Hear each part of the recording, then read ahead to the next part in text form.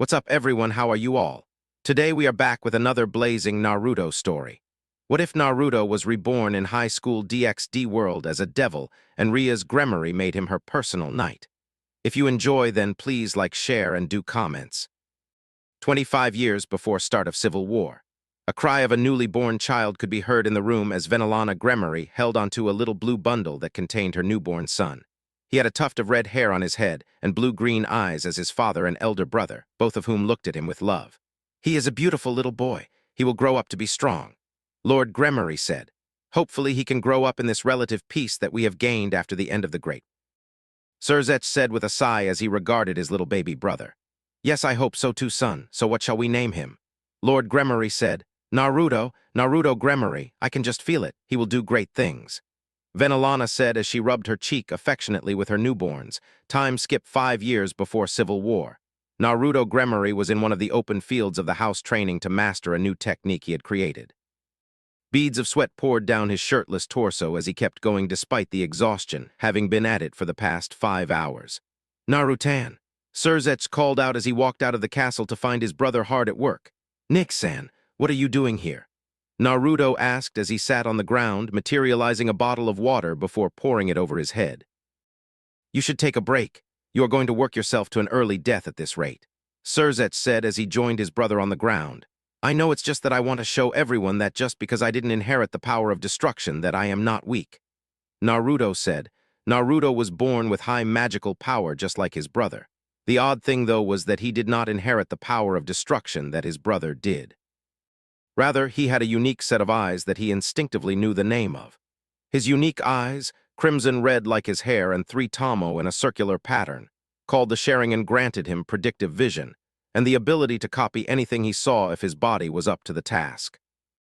Combined with the rigorous training he did, gave him the nickname the Untouchable. He could also cast powerful illusions with his eyes that could distract opponents.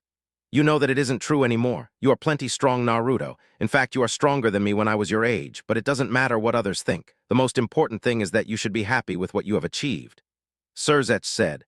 "Yeah, I guess you're right, but I still want to see if this technique works. So I'll go back to training then," Naruto said as he got up and went back to training. "I won't distract you then. Dinner is in 2 hours. Make sure you shower before then. Mother won't be pleased if you are present in your current state. You remember what happened last time," Surzech chided. Yeah, I think my ear is still sore from that," Naruto said as Surzech gave him a wave before heading back into the castle, 3 years into Civil War. "Damn it," Naruto growled out continuously as his fist contacted the wall of Gremory Castle, blood oozing from his knuckles as cracks appeared in the wall. A now 28-year-old Naruto Gremory, dressed in his special combat attire, which consisted of a long-sleeve black muscle shirt tucked into black combat slacks, combat boots with tape to secure the pants down. The sleeves were rolled so that they covered 3/4 of his arm. He wore fingerless gloves with a metal plate on the back. Over that he wore a black flak vest that had multiple pouches. Strapped to his back was his trusty katana, and around his waist was a large multi-purpose pouch for supplies. He had matured well, his spiky hair striking an odd balance between looking messy and neat, with 2 chin-length bangs framing his face. The Civil War had officially started 3 years ago. The descendants of the original Satans and their followers wanted to resume the Great War, while another group of devils were against it, since it would lead the devils to ruin. Naruto was an anti-Satan faction fighter and had quickly gained fame in the group despite his young age. He was one of the aces of the group together with his brother Surzech and his brother's good friend, Ajuka.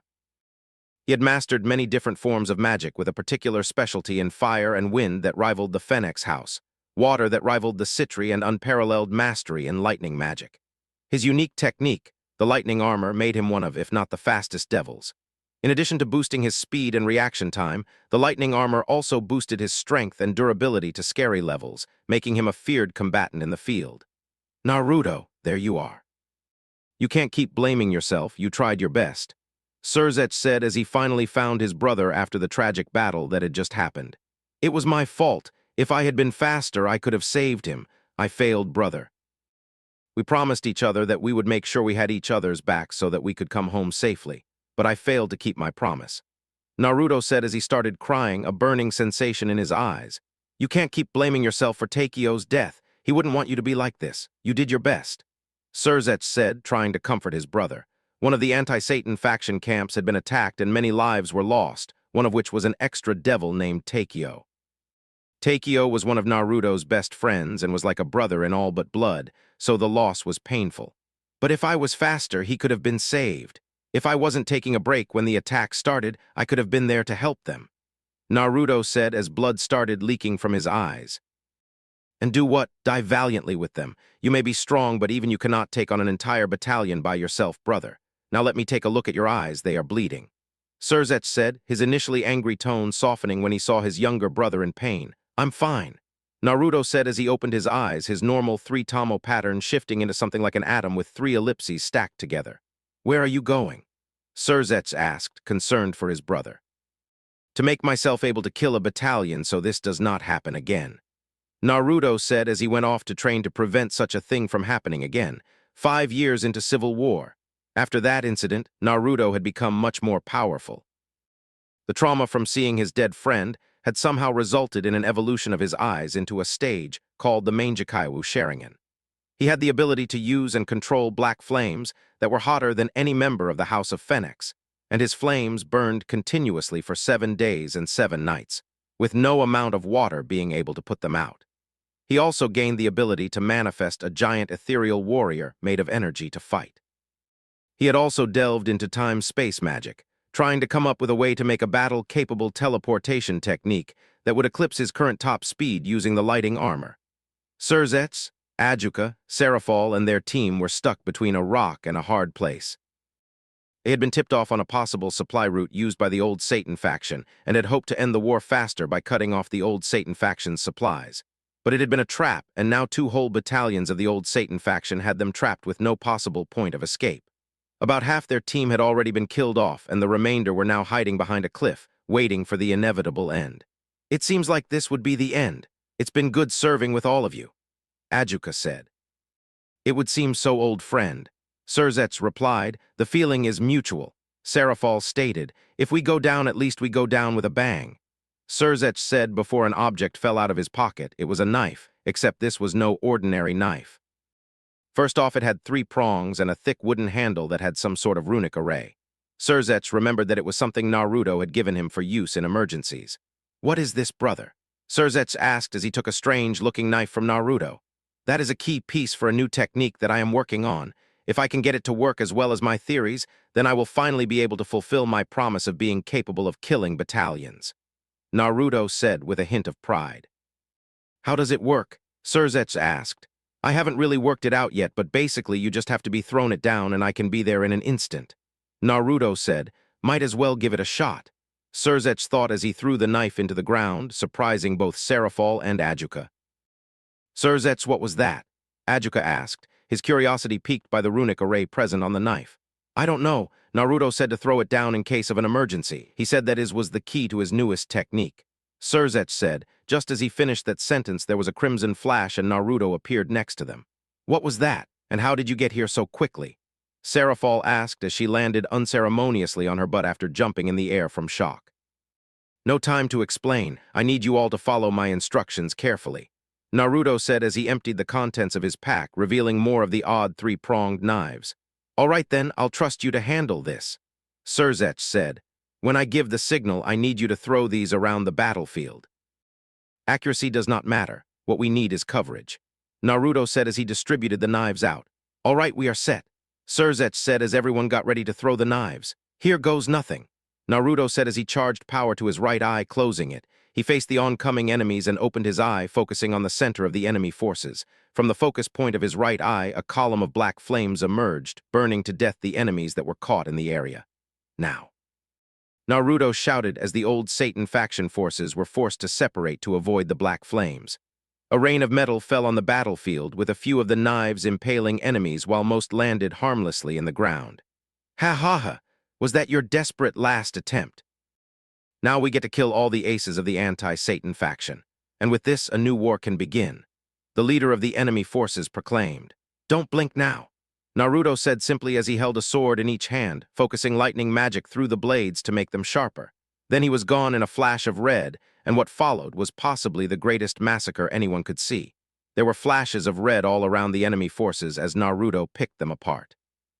He appeared wherever a kunai was and decimated any nearby force before appearing at another location in an instant. My word! Ajuka managed to mutter while his two companions still had their jaws on the floor. So this is the power of time-space magic. Surzets muttered, having been made aware of what his younger brother had been up to recently. Your brother has been dabbling in time-space magic. That certainly explains how he is doing this. Ajuka said, I don't understand. Isn't he just moving really fast? Seraphol asked. No, he is essentially teleporting from location to location. That is how he is able to change his orientation without any loss in momentum and how he can change directions without repercussion. Ajuka explained. Those knives act as markers, I presume. Surzets asked as he watched the last few enemies be killed off. I would think so. They give off a marking pulse that tells him where to emerge.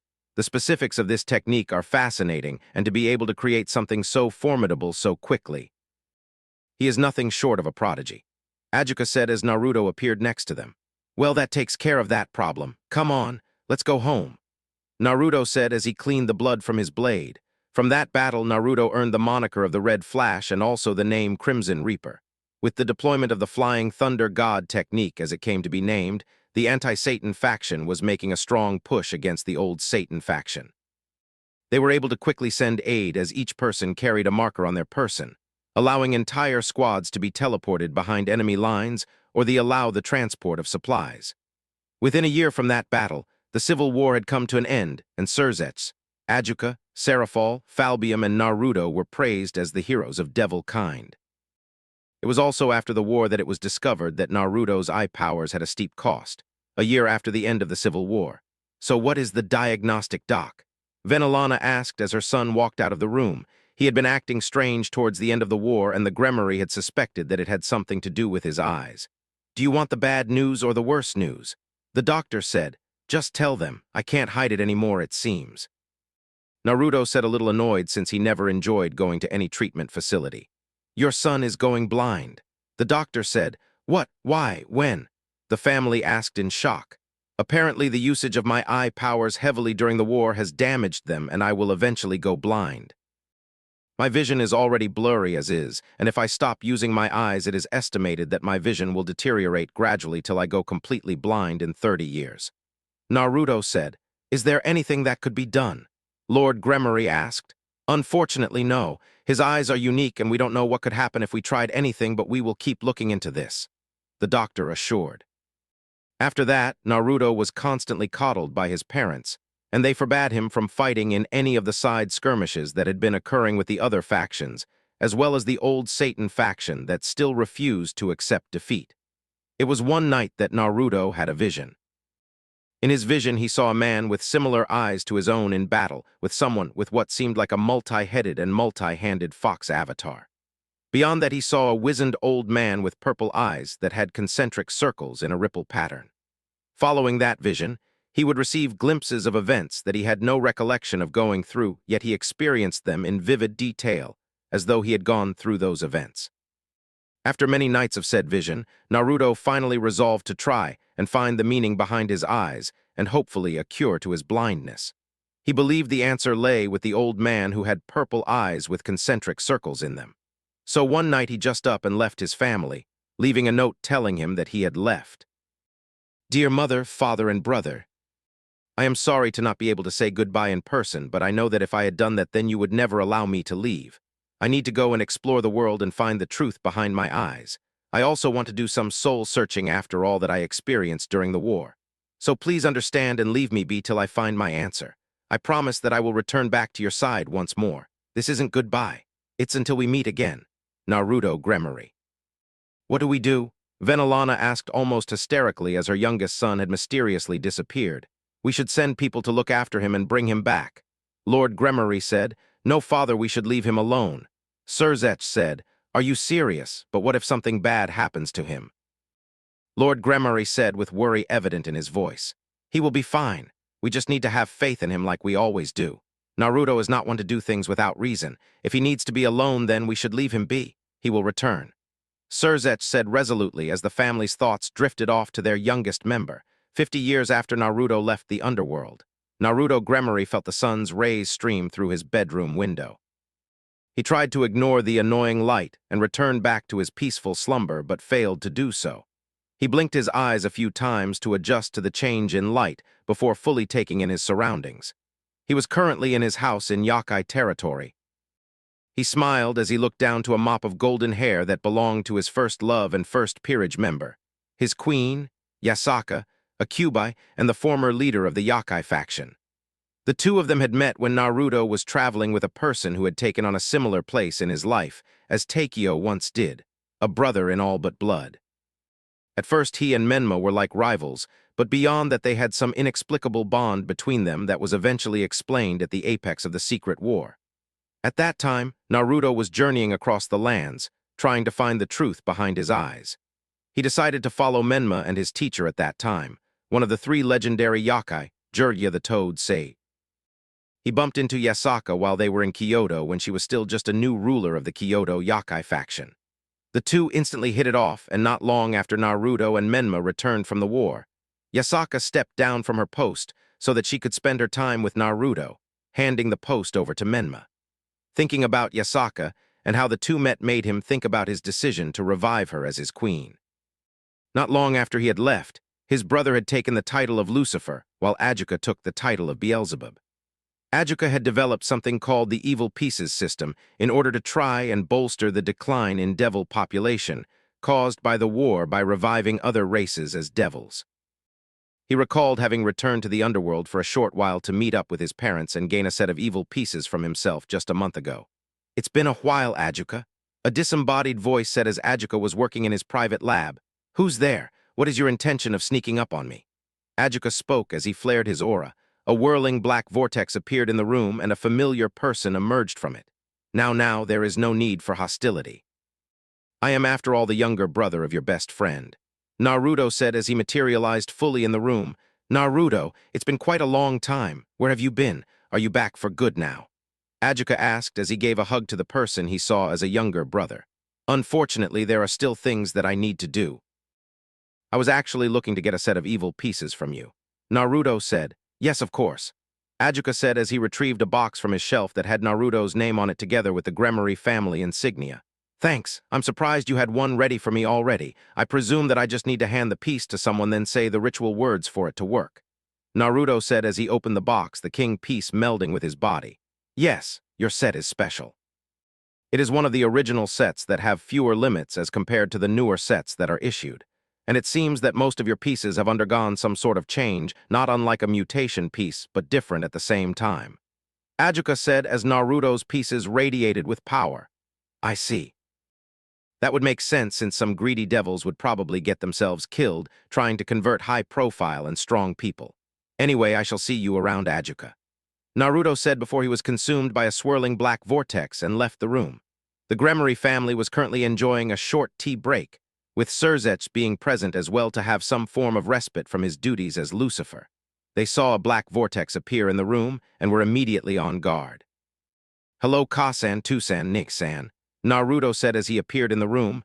"Naruto, you have returned." Lord Gremory said, "My baby boy is back." Venilana said as tears of joy flowed from her violet orbs, "It's good to see you again, little brother." Surzech said as the family shared a hug. "I'm sorry for just leaving like that. Unfortunately, I am not here to stay." Naruto said seriously, Why not, son? What about your condition?"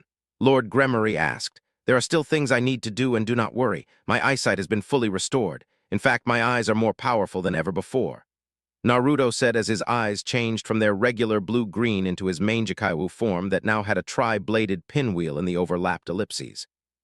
Then his eyes shifted once more as it turned completely purple with 4 concentric circles in a ripple pattern and 6 tomo, 3 on each of the 2 innermost rings. His family could feel the power practically radiating from his eyes. "When will you be able to return to us for good?" Venilana asked, sad that her son couldn't stay. "I have some loose ends to tie up, and I also need to gather my peerage. I should be able to return after that. I decided to drop by since I just received my evil pieces from Ajuka.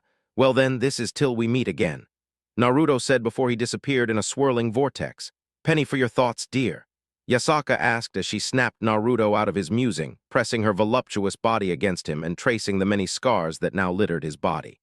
It was nothing, Yasaka-chan. Just thinking that's all, Naruto said, trying to drop the subject. You had that look again that usually comes only on that day. Something is bothering you. Yasaka said, her expression telling him that she demanded an answer. It seems that I cannot hide anything from you, my queen. Naruto said with a half-hearted chuckle. I wouldn't be a good queen if I couldn't understand my king well. Yasaka said, home. Naruto replied, if you are so eager about getting home, then why don't we get started on building that peerage of yours? Yasaka said as she got up into a sitting position, giving Naruto an eyeful of her cleavage since they both slept naked. I guess you are right. We should get started on that soon. Naruto said as he got up, and the two went to shower together to prepare for their journey. Well, this is goodbye for now, I guess, Menma. Naruto said as he gave a firm handshake and brotherly hug to the current leader of the Yakai faction. Naruto was dressed in black pants and combat boots with a long-sleeved dark gray shirt together with a light blue formal vest. He had fingerless gloves and a pouch around his waist. Over that he had a black cloak, and his katana was strapped to his side behind him by a string across his torso.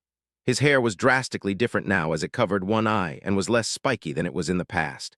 I hope you will come visit again, brother, and take good care of Yasaka, Menma said. Menma was dressed in black pants and black combat boots. He had an orange shirt with black stripes at the cuffs and bottom, and over that he wore a white cape that had white flames on the bottom. His blonde hair was spiky like Naruto's was in the past, except without the chin-length bangs framing his face. Thank you for your hospitality all this time, Menma-sama, Yasaka said with a polite bow as she wore her usual shrine maiden outfit but with a black cloak over top to help disguise her features and also mask her energy signature. It was no problem at all, Yasaka. Have a safe trip, Menma said. Come, Yasaka-chan, I have found an interesting world to visit, Naruto said as he created a purple portal using a shadow clone of himself. They gave one last wave goodbye to Menma before disappearing through the portal for parts unknown. Freezing world. Naruto and Yasaka stood atop a skyscraper some distance away as human females who had undergone enhancement to become Pandora battled with an alien creature known as a Nova. He watched with a blank face as the Pandora tried and failed to deal any lasting damage to the new Nova class that appeared. What finally piqued Naruto's interest was a new arrival. She wore a different outfit than the other Pandora, consisting of a long, flowing blue dress. What intrigued Naruto was how she was able to figure out how to deal lasting damage to the Nova. It seems she has quite the skill set, Naruto mused.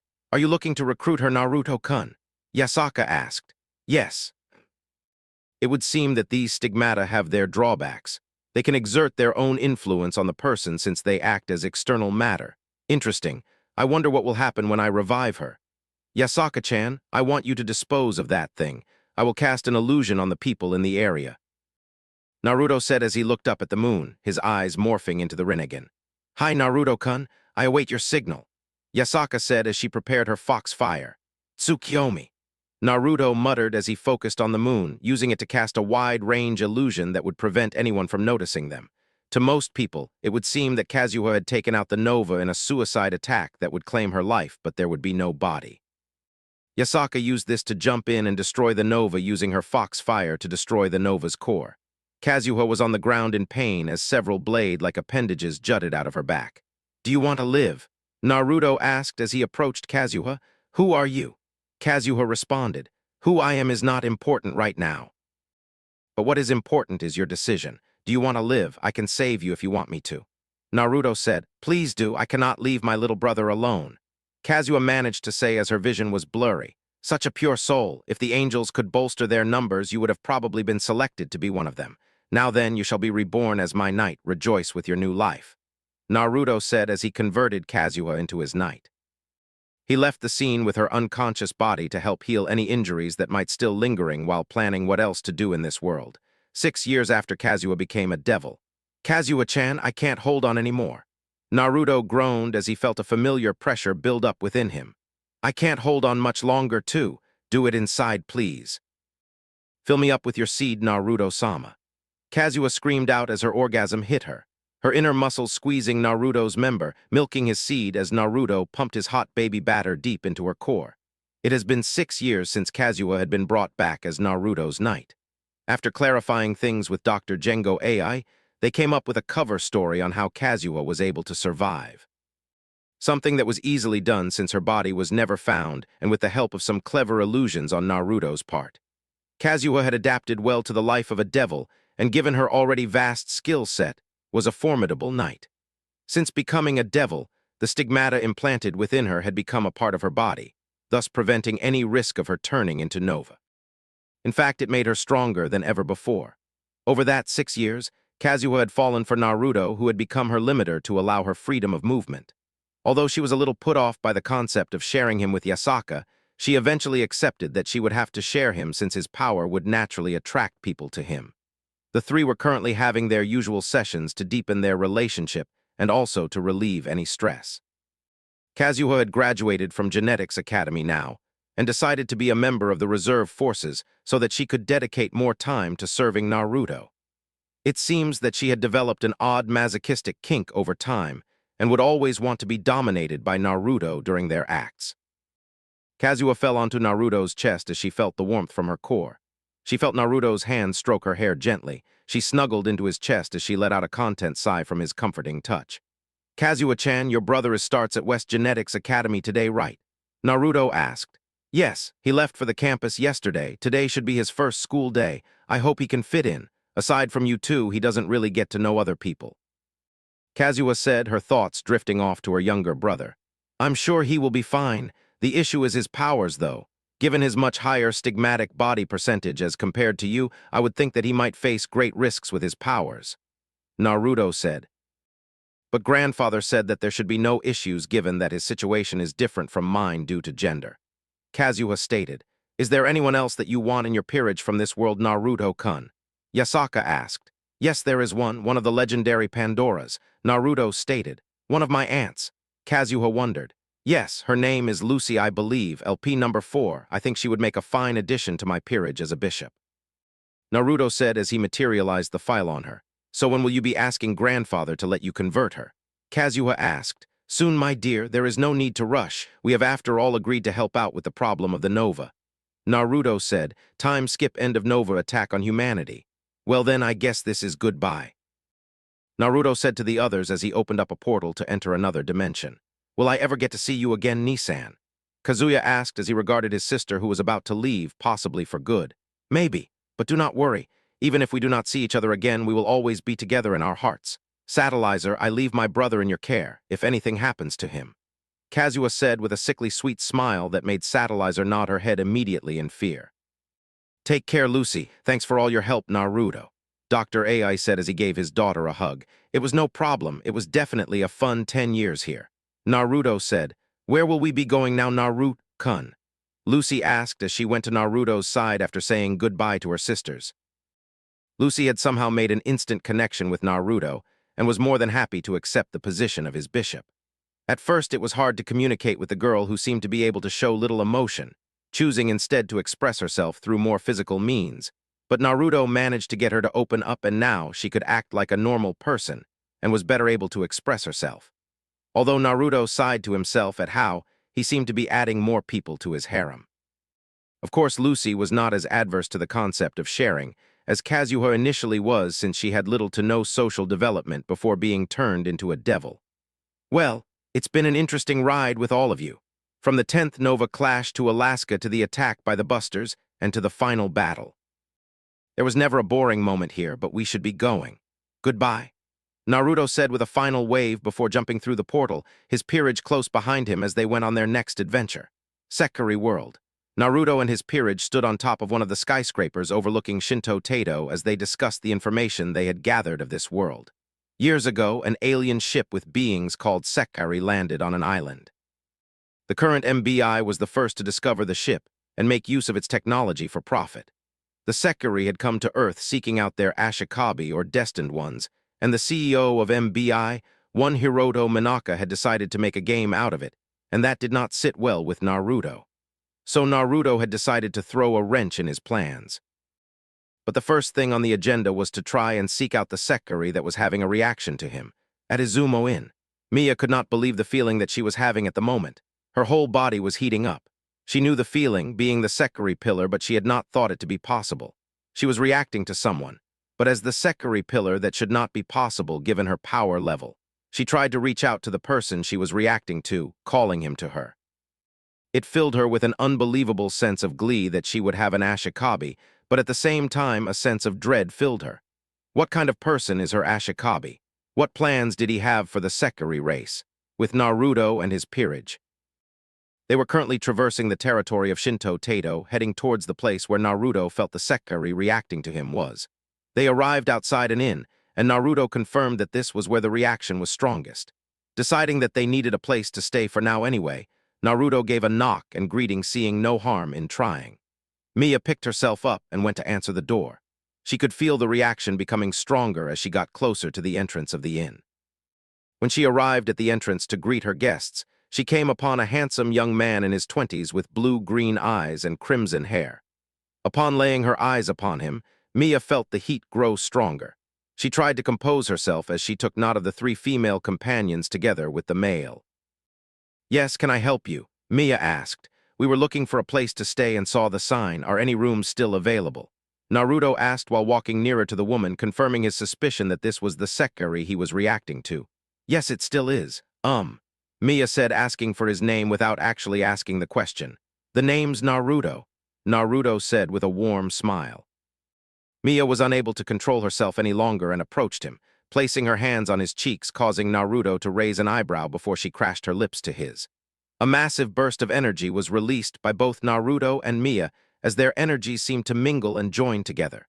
Radiant purple wings of light emerged from Mia's back as their lips finally parted. "Sekiri number 1, Mia. My blade shall cut down the enemies of my Ashikabi. I am yours forever, my destined one," Mia said as the energy died down. "It seems like I was right. You were the one reacting to me, although I am surprised to find out the Sekiri pillar is the one that reacted to me." Naruto mused. "You knew, but how?" Mia wondered. "Simple. The bond is a two-way street, my dear. Now then, we can discuss more inside." Naruto said as Mia agreed and led them inside, where he promptly put up privacy seals and began the long discussion and explanation. "Okay, so let me get this straight. You are all devils with Naruto as your king or master. You came here from another dimension because you wanted to gather members for your peerage, and when you were searching for a suitable place, you happened to discover a weak link to me, and that brought you here," Mia said as she summarized everything that she had learnt thus far. "That is basically it. So do you accept my offer of becoming my second knight?" Naruto asked as he summoned his knight piece. "Before I accept, what do you intend to do with regard to the Sekiri plan?" Mia asked. "Simple. I intend to end this. I know of the kill switch and fear not, I have the perfect plan to stop this. I promise you the Sekiri will be free to find their destined ones." Naruto replied, "Then I accept your offer. I vow to protect you with everything that I have as your knight, my Ashikabi-sama." Mia said, "Very well then, Mia, I order you return to this world as my knight. Rejoice with the new life that you have been granted." Naruto said as he finished converting Mia into a devil. "So what happens now?" Mia asked as she felt a lightness unlike anything before. She felt the bond with her Ashikabi become even stronger than what it was before. "Now we plan to stop the Manaka and his stupid game," Naruto said with a sly grin. Time skip, 10 years after arrival to the world of Sekiri. Within a year after Mia's winging by Naruto and subsequent conversion into his knight, Naruto had successfully foiled Manaka's game. He had forced the game to speed up with the help of his peerage, such that Manaka was forced to reveal his true intentions before he used Mia's dormant link to all Sekiri as their pillar to free any of the Sekiri that were forcibly winged, adding an additional safety that would prevent any future forced winging. The Jinki had been destroyed, and any evidence of the Sekiri had been wiped out with the help of a worldwide illusion. Now the Sekiri were able to find their destined ones, just as Naruto had promised Mia.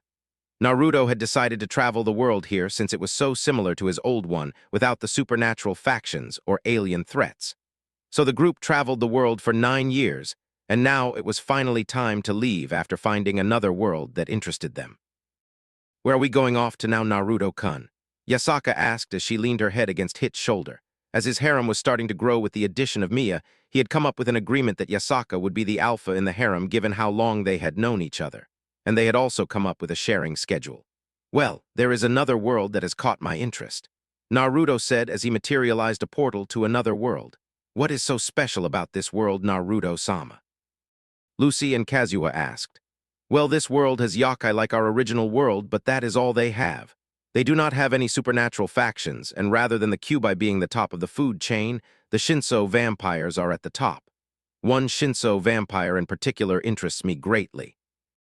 Naruto said, I'm looking forward to exploring and learning about other worlds. Mia said, well then, let's get going.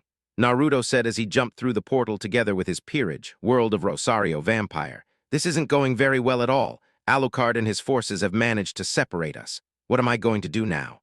Akasha Bloodriver thought to herself as she waited for the impending enemy forces. A purple portal appeared in front of her, and out stepped a crimson-haired young man followed by 4 women behind him. Why, hello there, miss. Pleasure to make your acquaintance, Naruto said while grabbing Akasha's hand and planting a delicate kiss on her knuckles.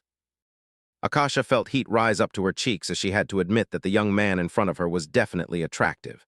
She pulled away and took a battle stance. Who are you and what is your business here? Akasha said. Relax, I mean you no harm. If you don't believe me, why don't you just drink my blood? You can learn information by drinking blood, can you not? Naruto said as he tilted his head to allow her to see his bare neck. Akasha subconsciously licked her lips as she found the thought of drinking blood enticing since it had been some time since her last drink. She begrudgingly accepted the offer, giving a tentative lick before sinking her teeth into the flesh. As the blood poured into her mouth, she found the taste addictive and the power of the man before her intoxicating. Her instincts demanded for her to take the man before her as a mate, but she fought it off, and after having her fill, she regarded the man after sifting through the information she gained. I guess I owe you an apology, but what are you doing here, devil? Akasha asked, her poise still relatively guarded. My name is Naruto Gremory, and I'm here to make you an offer to become a rook in my peerage. Even if you do refuse, I would still like to aid you in ending this war because I despise conflict and the loss it brings. Naruto said, I will think about your offer, Naruto. I am Akasha Bloodriver. Akasha said, even if you refuse Akasha, there will be no bad blood. I respect everyone's freedom of choice and would never force you to join me nor join me out of any misplaced sense of obligation. Naruto said. He introduced the other members of his peerage before they got to work dealing with the impending enemy forces. Time skip. With the help of Naruto and his peerage, the war with Alucard was quick to end, and the Shinso was sealed away for good with a seal that was designed to sap away his strength to power the seal, thus creating a never-ending loop that would prevent his escape. Akasha had become addicted to the taste of Naruto's blood, and Naruto was more than happy to oblige for a drink. After much thought, Akasha accepted the offer of becoming his rook and even went so far as to mark him as her mate, of course recognizing that she would have to share him with the other women. Naruto had made it expressly clear that Yasaka was the alpha in the harem, and Akasha didn't really mind so long as Naruto loved her and allowed her to drink his blood. It was now more than 30 years since Naruto and Yasaka had first left their world, and Naruto felt that it was finally time to return back to their own world. He opened up a portal and leapt through it, his peerage following behind him. They appeared in a forest clearing that was some distance away from the base in Kyoto so as not to attract attention. Naruto-kun, that magic circle. Yasaka trailed off as a blue magic circle appeared, and from it emerged a beautiful blue-haired woman with a voluptuous figure wearing a white button shirt that had the top 3 buttons undone, showing a great deal of cleavage and a tight skirt that barely reached her knees. Who is that, Naruto-kun? Mia asked, her stance tense as she felt the power from the person that came through the portal. The rest of the peerage members shared a similar sentiment as they prepared themselves for battle. The female dragon King Tiamat, also known as the Chaos Karma Dragon, what are you doing here? Naruto asked as his hand hovered over his sword. Your power interests me greatly. You have a great amount of power.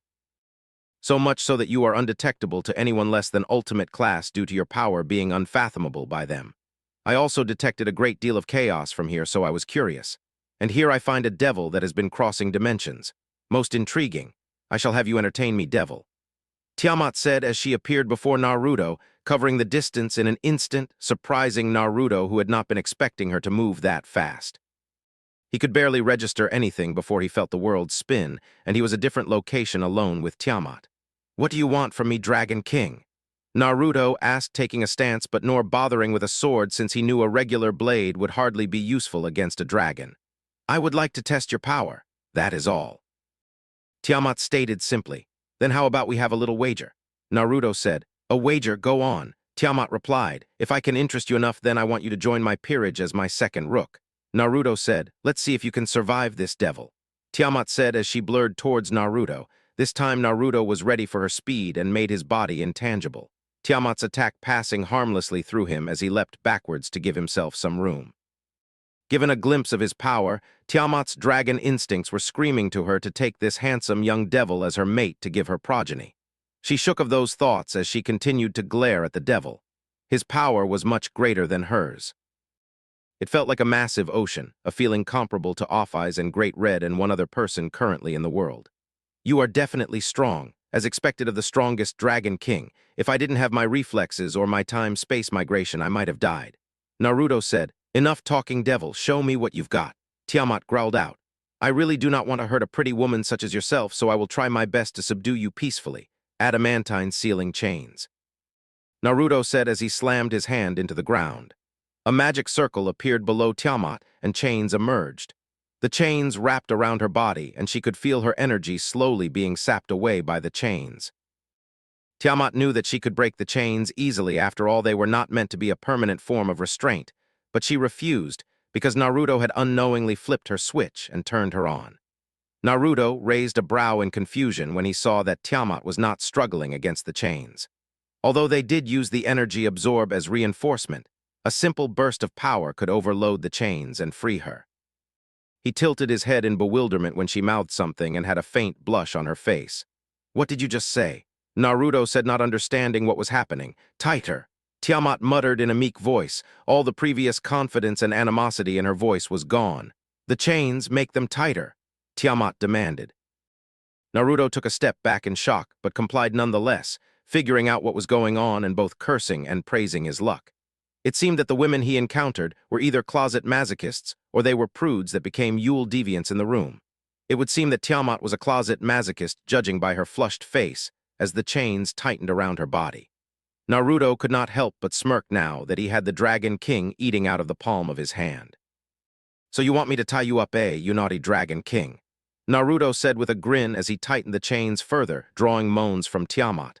My, what a naughty Dragon King you are," Naruto said with a smirk as he snapped his fingers, making them both naked. Tiamat could not help but stare at his massive member, which was rock hard. She licked her now dry lips.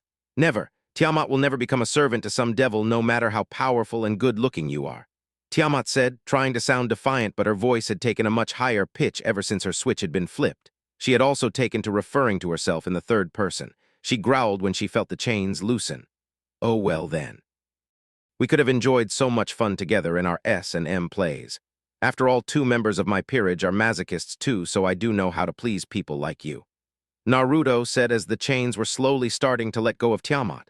Tiamat has been a bad dragon and needs to be punished before she can serve you, Naruto-sama.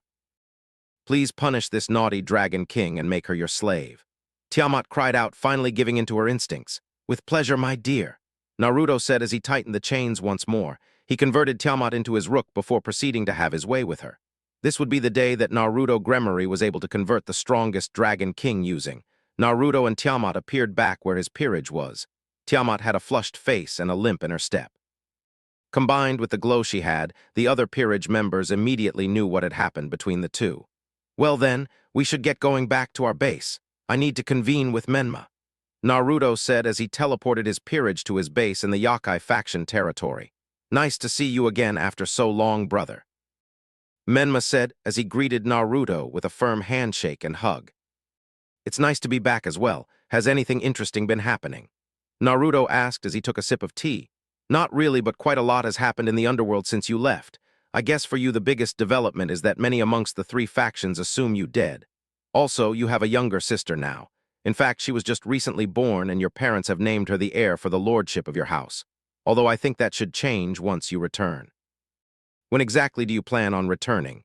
Menma said, "Not until I have a full peerage at the very least. I'm almost done. I just need to get my pawns, which I already have members set for. I should be able to return in another 5 years." Naruto said, "I see. Could I ask you for a favor?" Menma said, "Of course, I don't mind doing things for you since you let me live here anyway." Naruto said, "I need you to check on the population of Nekomata in the underworld in about 3 years' time. This should give you plenty of time to get reacclimatized with the world right."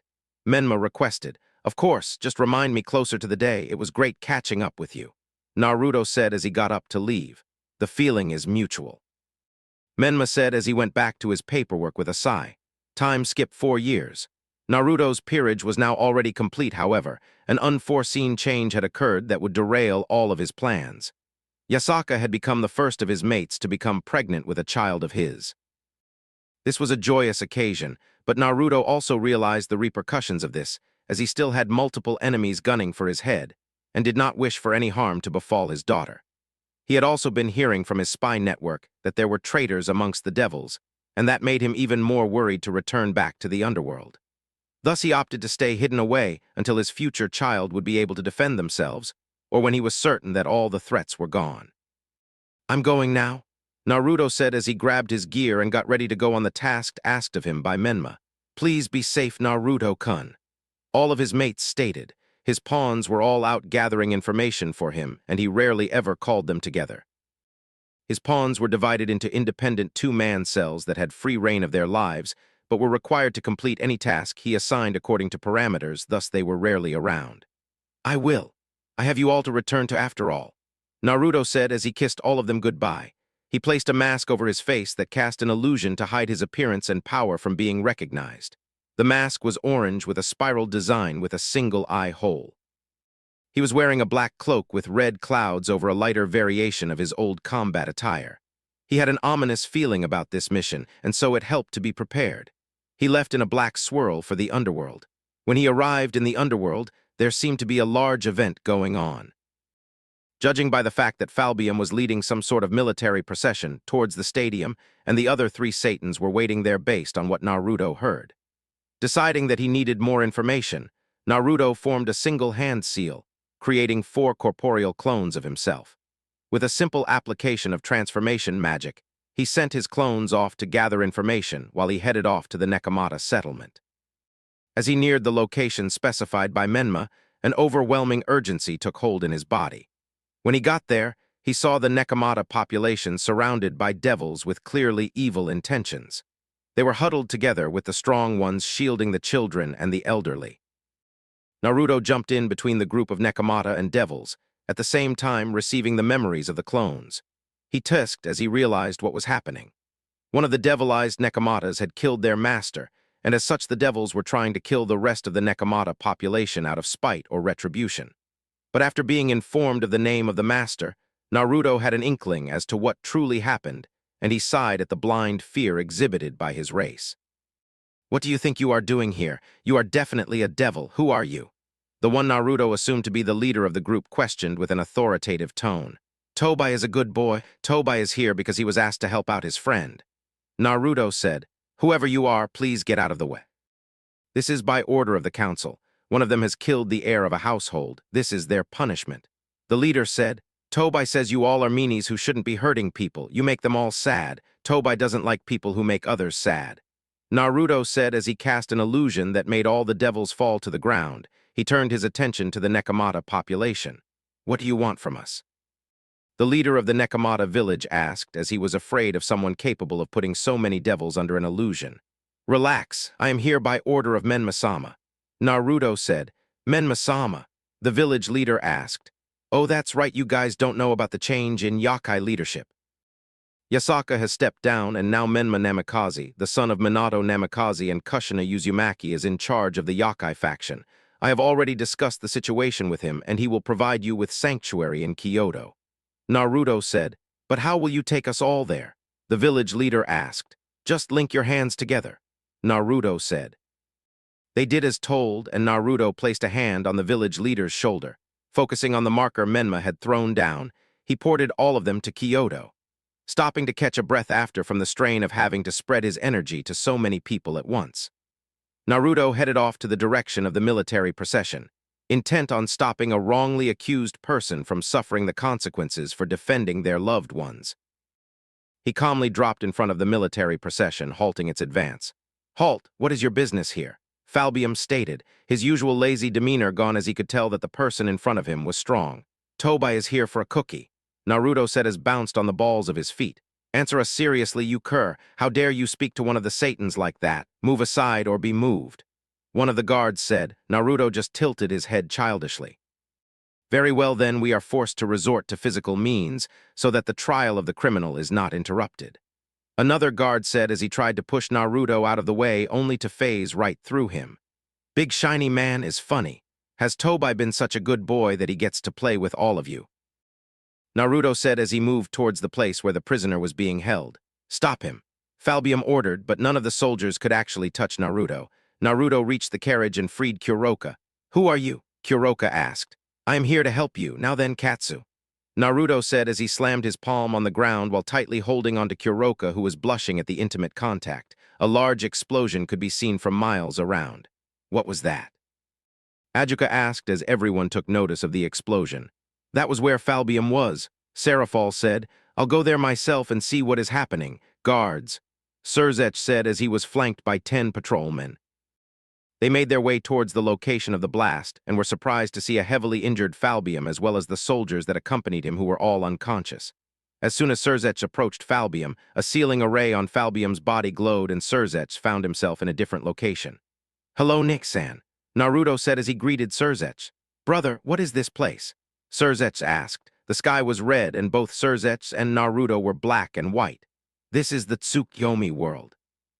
One of my most potent illusions. It is the representation of the spiritual world and darkness. Naruto said stoically, Where have you been, brother? Everyone has been worried about you. You have a little sister now. Surzech said, I know, I am just an impression of the real Naruto.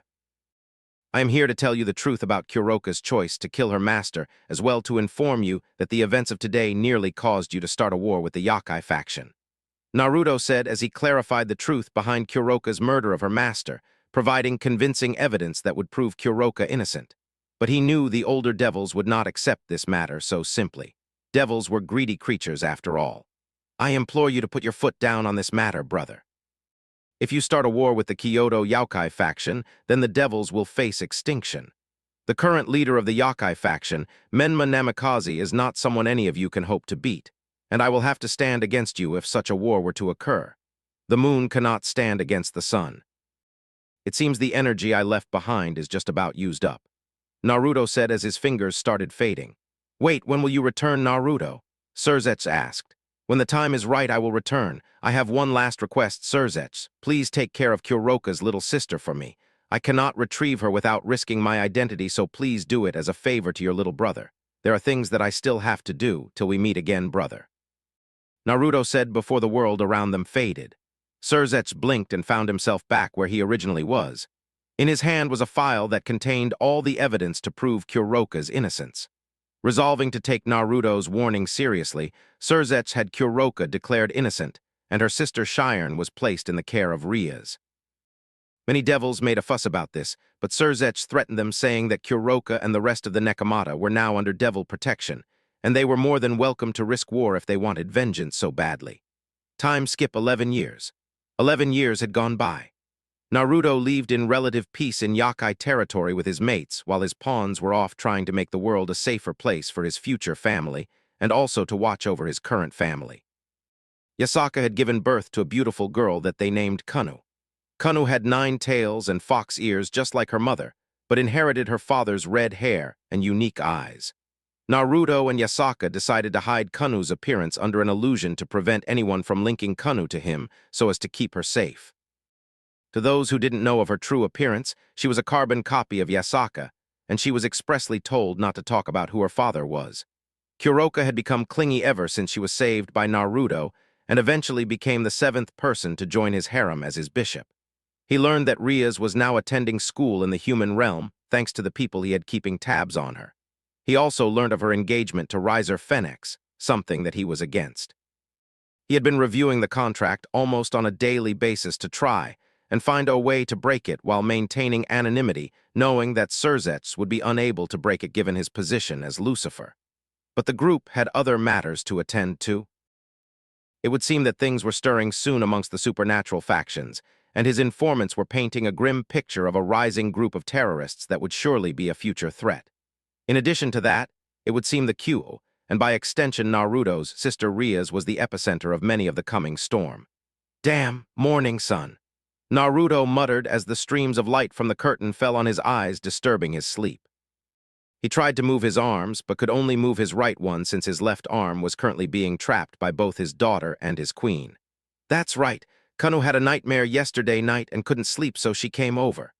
Naruto mused as he brought his right hand up to stroke his daughter's red hair lovingly. Look at you, Kano.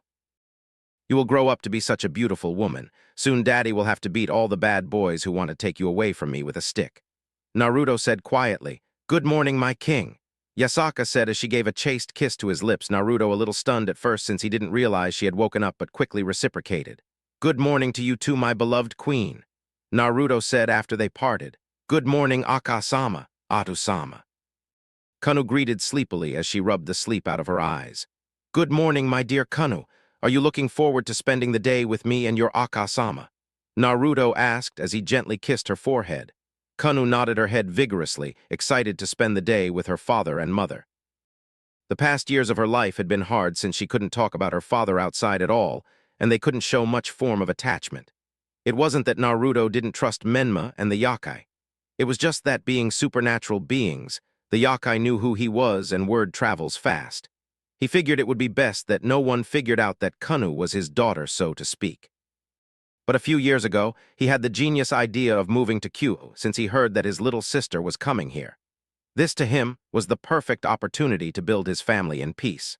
The group were masquerading as humans, and thanks to his runes, so long as they did not go above a certain level of power, they would be seen as human by anything supernatural or supernaturally aware. It not only allowed him to have some semblance of regular family life, but it also allowed him to watch over his little sister.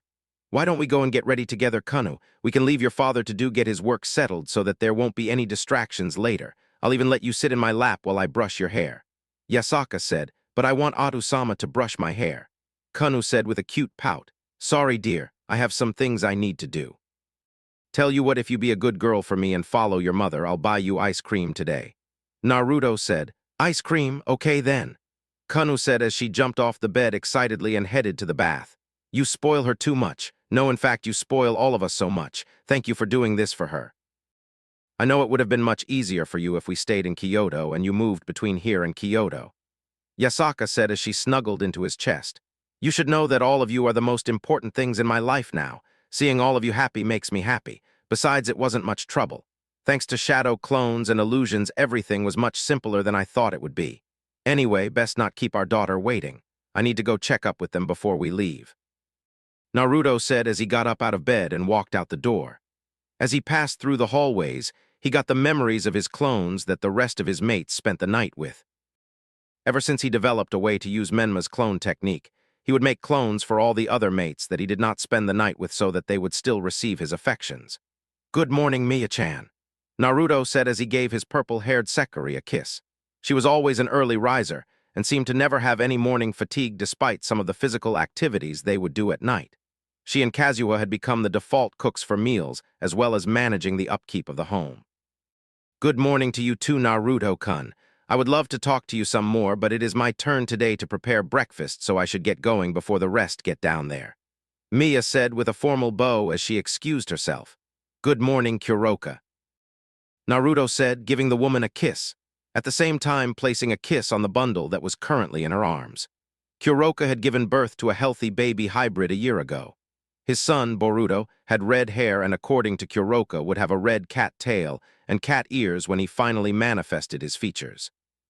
Boruto had also inherited the Sharingan, something that Naruto was grateful for since they could do an eye swap between him and Kano should the need arise to prevent blindness from the Mangekaiwu Sharingan. "Good morning, Naruto-kun. Naya, is breakfast ready yet?" Kuroka asked as she bounced the bundle in her arms. "It should almost be ready. Miya went down earlier," Naruto said. Kuroka nodded and went in the direction of the dining hall. "Good morning, Kazuha-chan, Lucy-chan," Naruto greeted as he gave his two Pandora morning kiss. "Good morning, Naruto-kun/Naruto-sama," they replied. "I should go see if Miya needs any help with breakfast. At the very least, I can help her get the table set up," Kazuha said as she excused herself and headed off in the direction of the kitchen. "Would you like to follow me to the room?" Naruto asked. "No, thank you, Naruto-sama, but thank you for the invitation. I would like to go and find Kuroka so that we may continue our word competition." Lucy said with a wicked grin before turning and walking in the opposite direction. Honestly, I don't know what is worse, your flat, dry puns and jokes or Kuroka's perverted teasing. Naruto said with a shake of his head, finding himself drawn to Lucy's derriere as she walked away. Good morning, Tiamat-chan, Naruto said as he gave a kiss that jolted his still sleepy dragon awake. Good morning to you too, Naruto-sama, Tiamat greeted happily. I'm glad you enjoyed your kinky fun last night with my clone. I'll be sure to give you even more fun when it's your turn.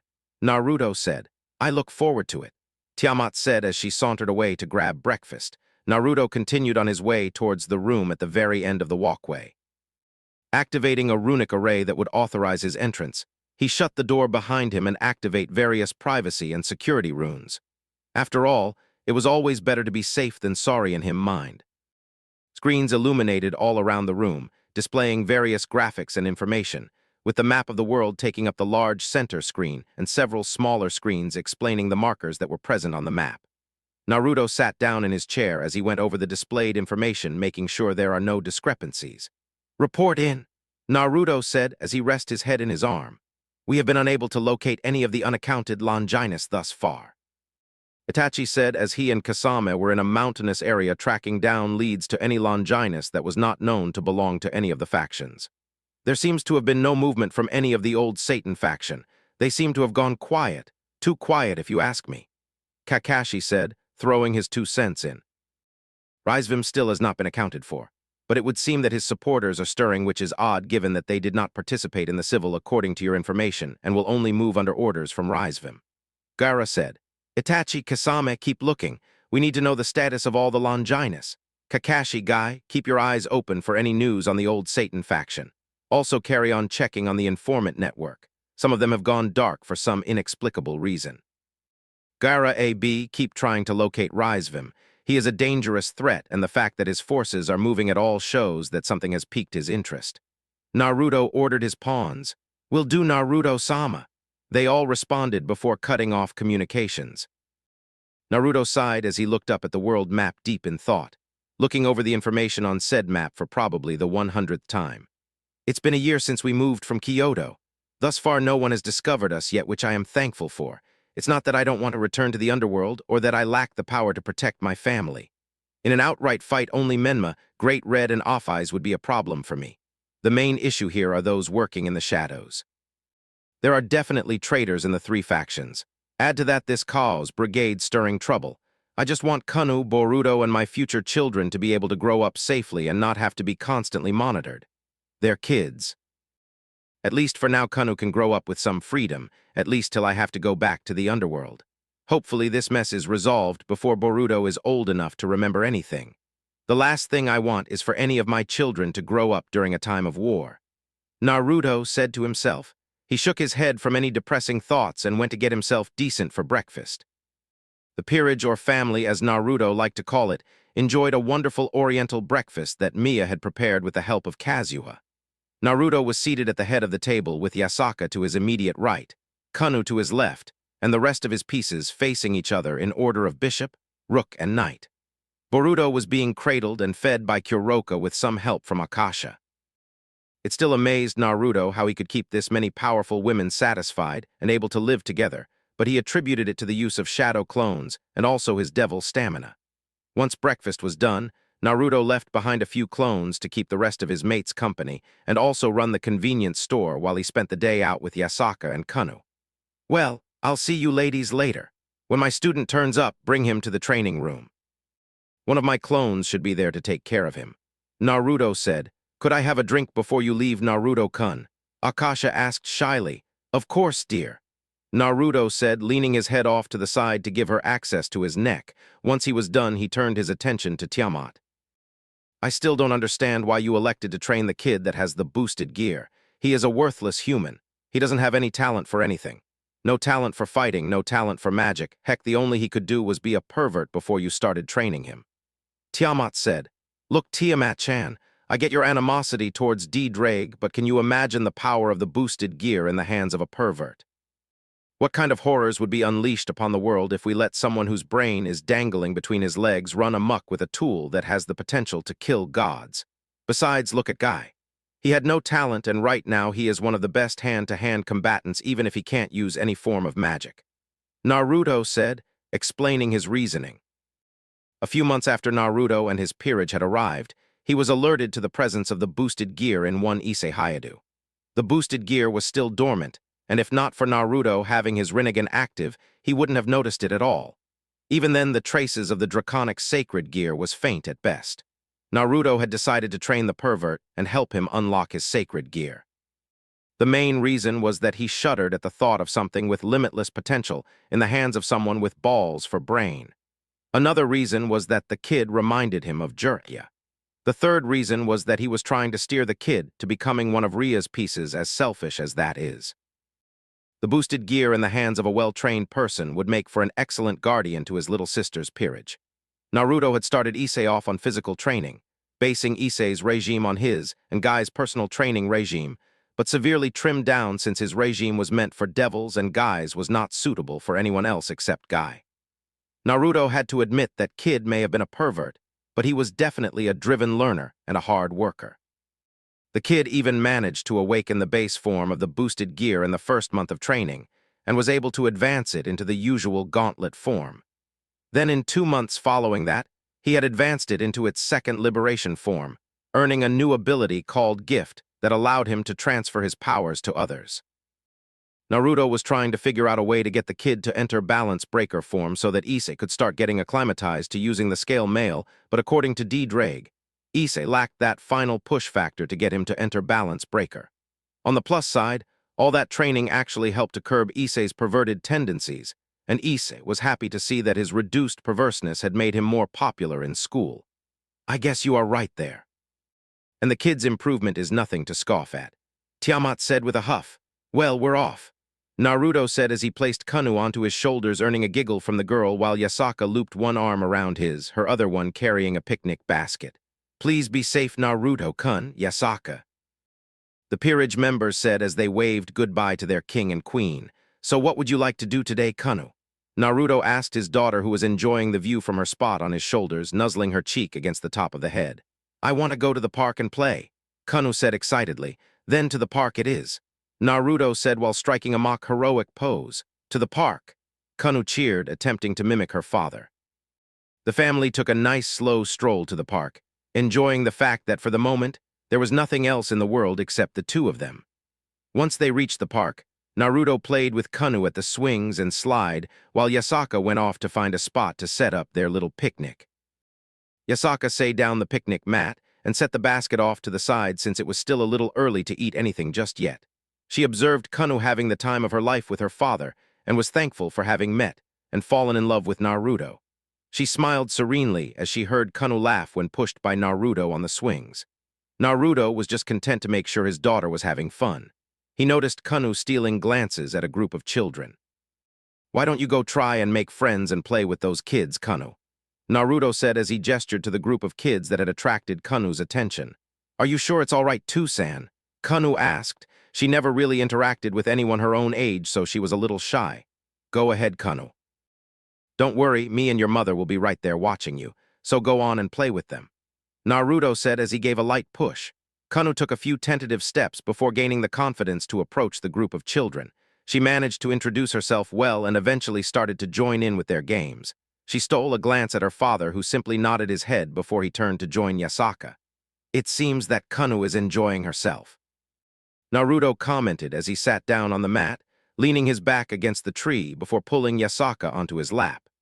Yasaka shifted around to get comfortable before she snuggled her body into his, leaning her head against his shoulder while feeling his arms wrap around her waist. You know, watching Kanu have fun like this really makes me happy that I met you all those years ago. I'm grateful. You not only taught me a lot about the world, but you also gave me love and a beautiful daughter, Yasaka said as she snuggled deeper into Naruto, enjoying his familiar warmth. Yes, I remember meeting you when you were a spirited young vixen who was still trying to make a name for herself as a princess of the Yakai faction. You were so uptight back then. I remember the first time I met you. Jiraiya was caught peeking at the bathhouses where you happened to be. Oh boy, what a mess it was. Menma and I had to do so much damage control to get his ass out of that fire, Naruto said with a melancholic smile. I'm sorry I brought up some sad memories. Yasaka said, recalling that Jirya was a sad subject for both Naruto and Menma. It's all right. He was like that perverted grandfather or uncle you liked a lot but always didn't want to tell people about. But that isn't the point. As sad as what happened is, I am grateful because thanks to him, I got to meet you. Naruto said as he placed a soft kiss on Yasaka's cheek. I'm thankful too, you know. Sigh, it seems that verbal tick is still there.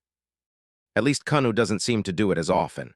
Yasaka said, probably because she isn't as hot-headed as you when you were her age. Naruto retorted playfully.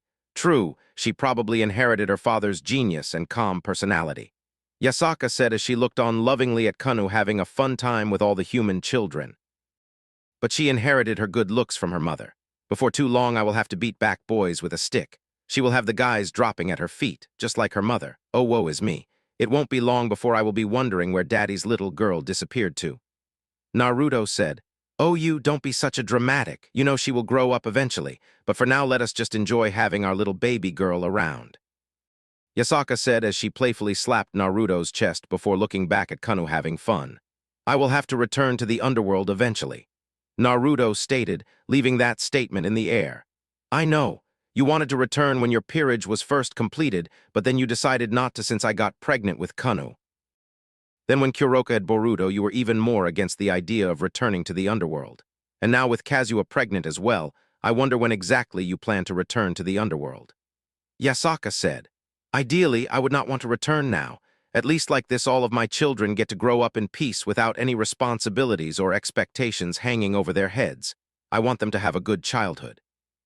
If we go back to the underworld, then they will undoubtedly live in my shadow, and with the responsibilities of being part of the Gremory family. I don't want that. I want them to grow up and make their own choices without any voices telling them what to do. I don't want them to grow up like I did, constantly being compared to my brother. Naruto said, expressing all his worries to his queen. I know. You only want what's best for them, but you can't keep running away from this forever. Besides, even if there are dangers lurking within the underworld, we are all more than strong enough to protect them. And honestly, I think that it would be better to introduce them to that life sooner rather than later.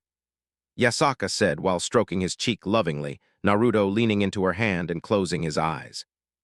Above that is how the society will perceive them. Many of the devils are idiots who believe that they need to keep the blood of upper-class devils pure. I don't want any of my children to be affected by that. Honestly, the idiocy of some members of the devil race makes me wonder why we haven't gone extinct. They keep promoting the idea of breeding and blood when all the abilities are tools. Tools that can doom someone if they become crutches. Naruto said bitterly, the engagement between Rias and Riser coming to mind. He had a feeling that they wanted to create an offspring with both the power of destruction and the Phoenix regeneration, thinking that the child would be invincible. My parents might not be as discriminatory as others since we Gremory are particularly affectionate. Heck, my mother will probably be gushing at the thought of having grandkids to spoil. But the other devils definitely won't like the fact that I have offspring that are not pure in their eyes. I guess the only thing that offsets this is that if my kids inherit powers from both parents, then they would be strong, no doubt. And I hope that the concept that power is everything in the underworld applies. If so, then we won't have as much of a problem. Naruto said, hey, enough of that depressing train of thought now. We are here to enjoy ourselves. Yasaka said while playfully biting Naruto's ear, causing him to groan.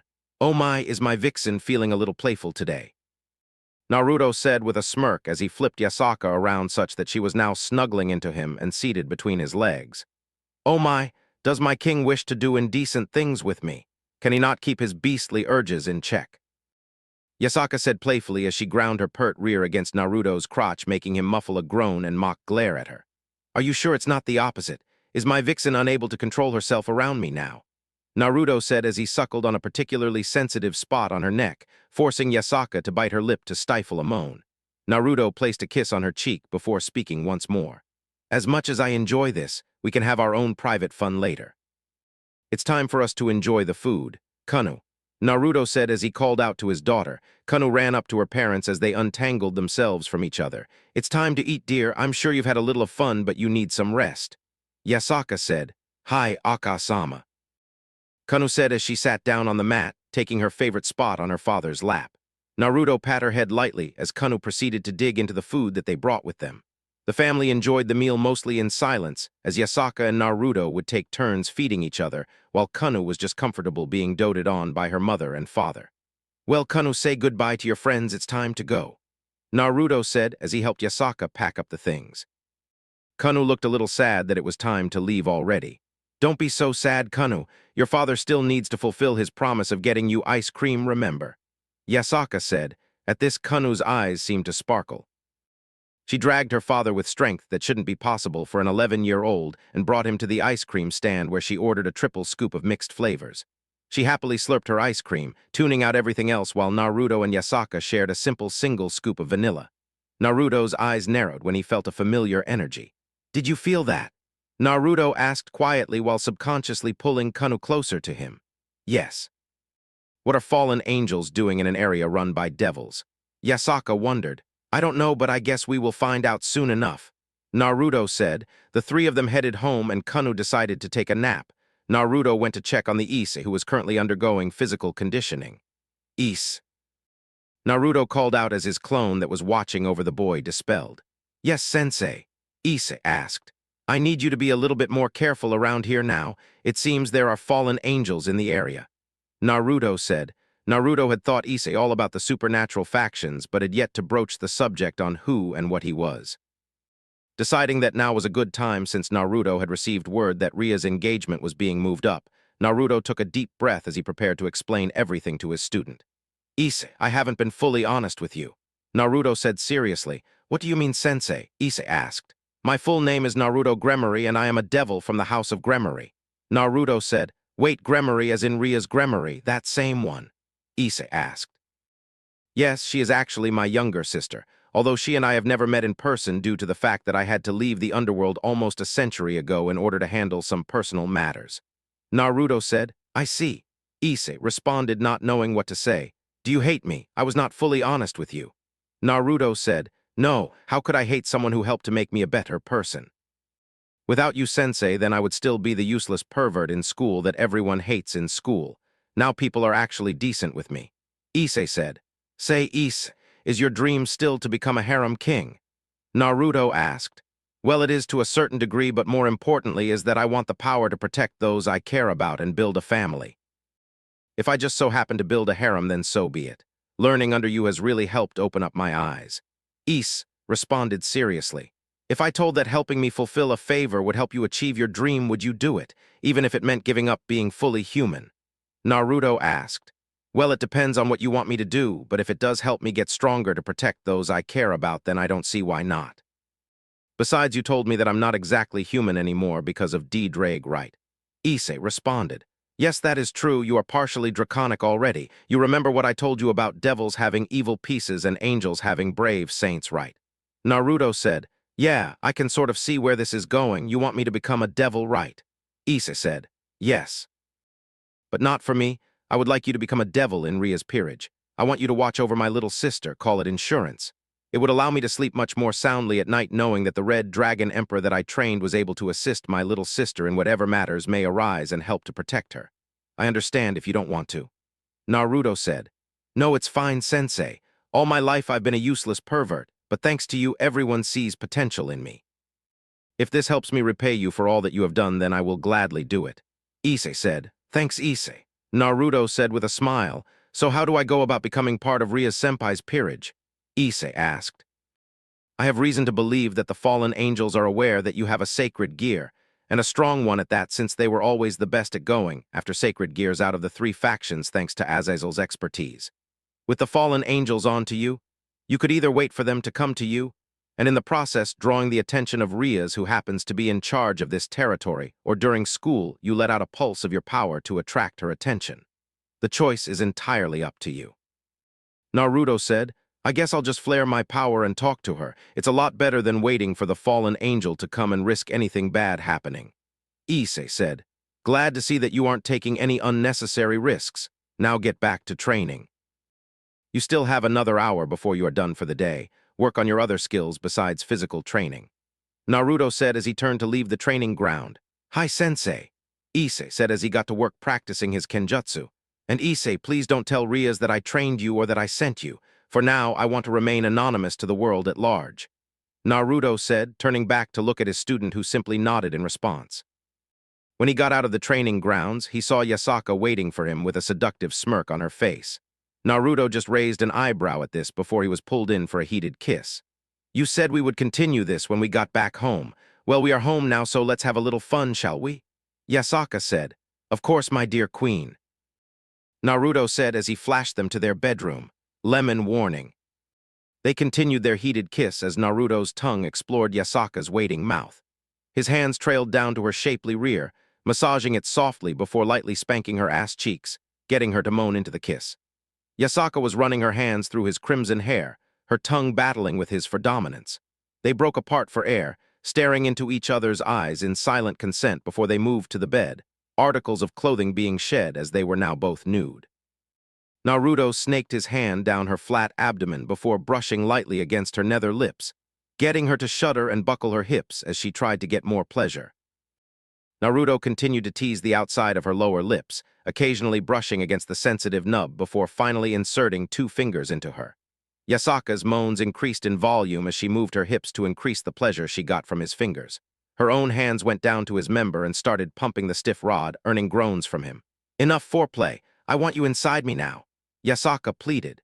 "As you wish, my queen," Naruto said as he removed his fingers from inside her. He placed his member at her entrance, spreading her legs wide using his thighs.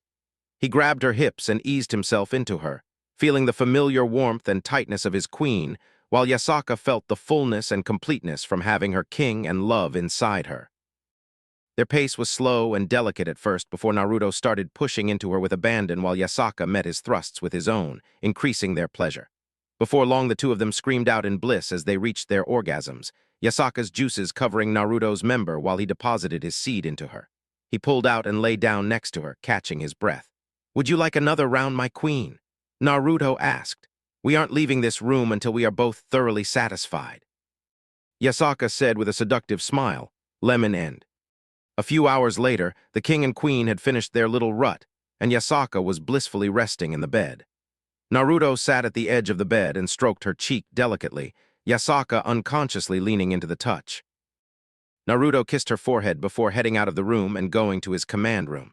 He grabbed his mask and his black cloak with red clouds and put it on before disappearing in a black vortex.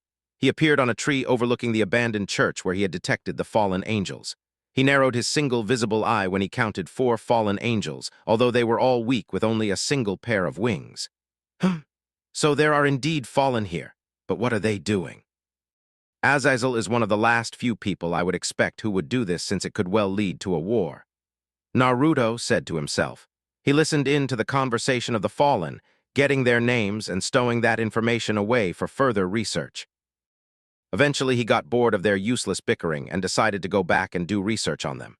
He returned back to his command room, activating the terminal and entering the names of the fallen. The other 3 have nothing really worth noting, but it seems that this 4th one, Rainier, is unusually devoted to Azazel and would go to great lengths to please him, or at least do things that she thinks will please him. Naruto mused.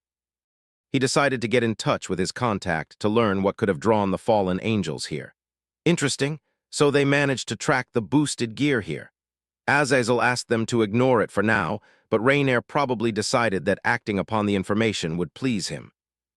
She either intends to convert Issei to their side, kill him, or try to take his sacred gear. She also requested for an excommunicated nun to be sent here.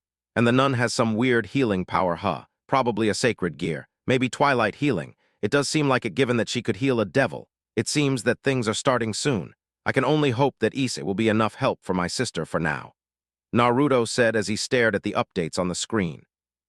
Naruto watched from his spot atop one of the many small hills that were present on his private training grounds, as Issei went through various sword stances with a wooden practice sword against the training dummy.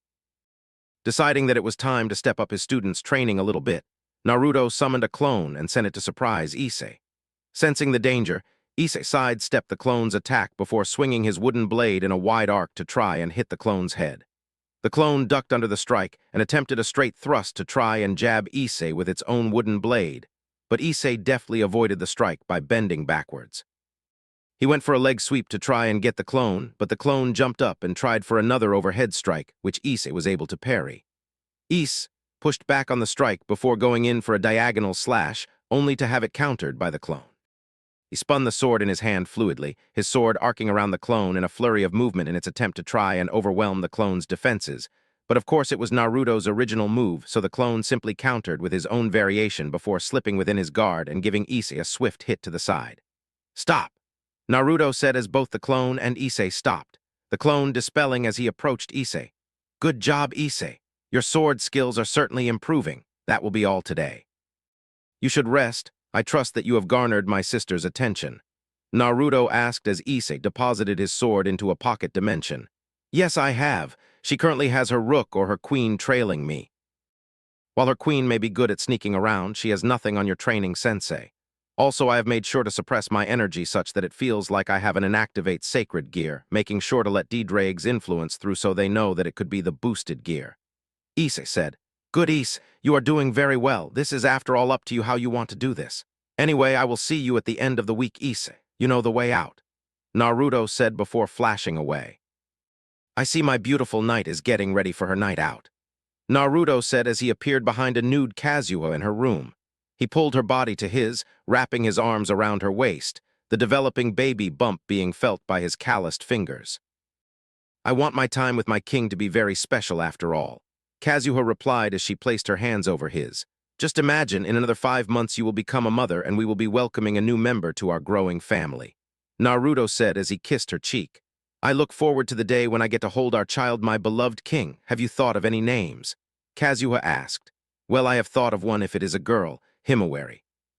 If it is a boy, well, I haven't thought of a good name for a boy yet," Naruto replied as he suckled on the sensitive flash of her neck, earning a moan from his black-haired knight. "Anyway, would you like to join me in the bath before we go for our dinner?" Kazuha asked.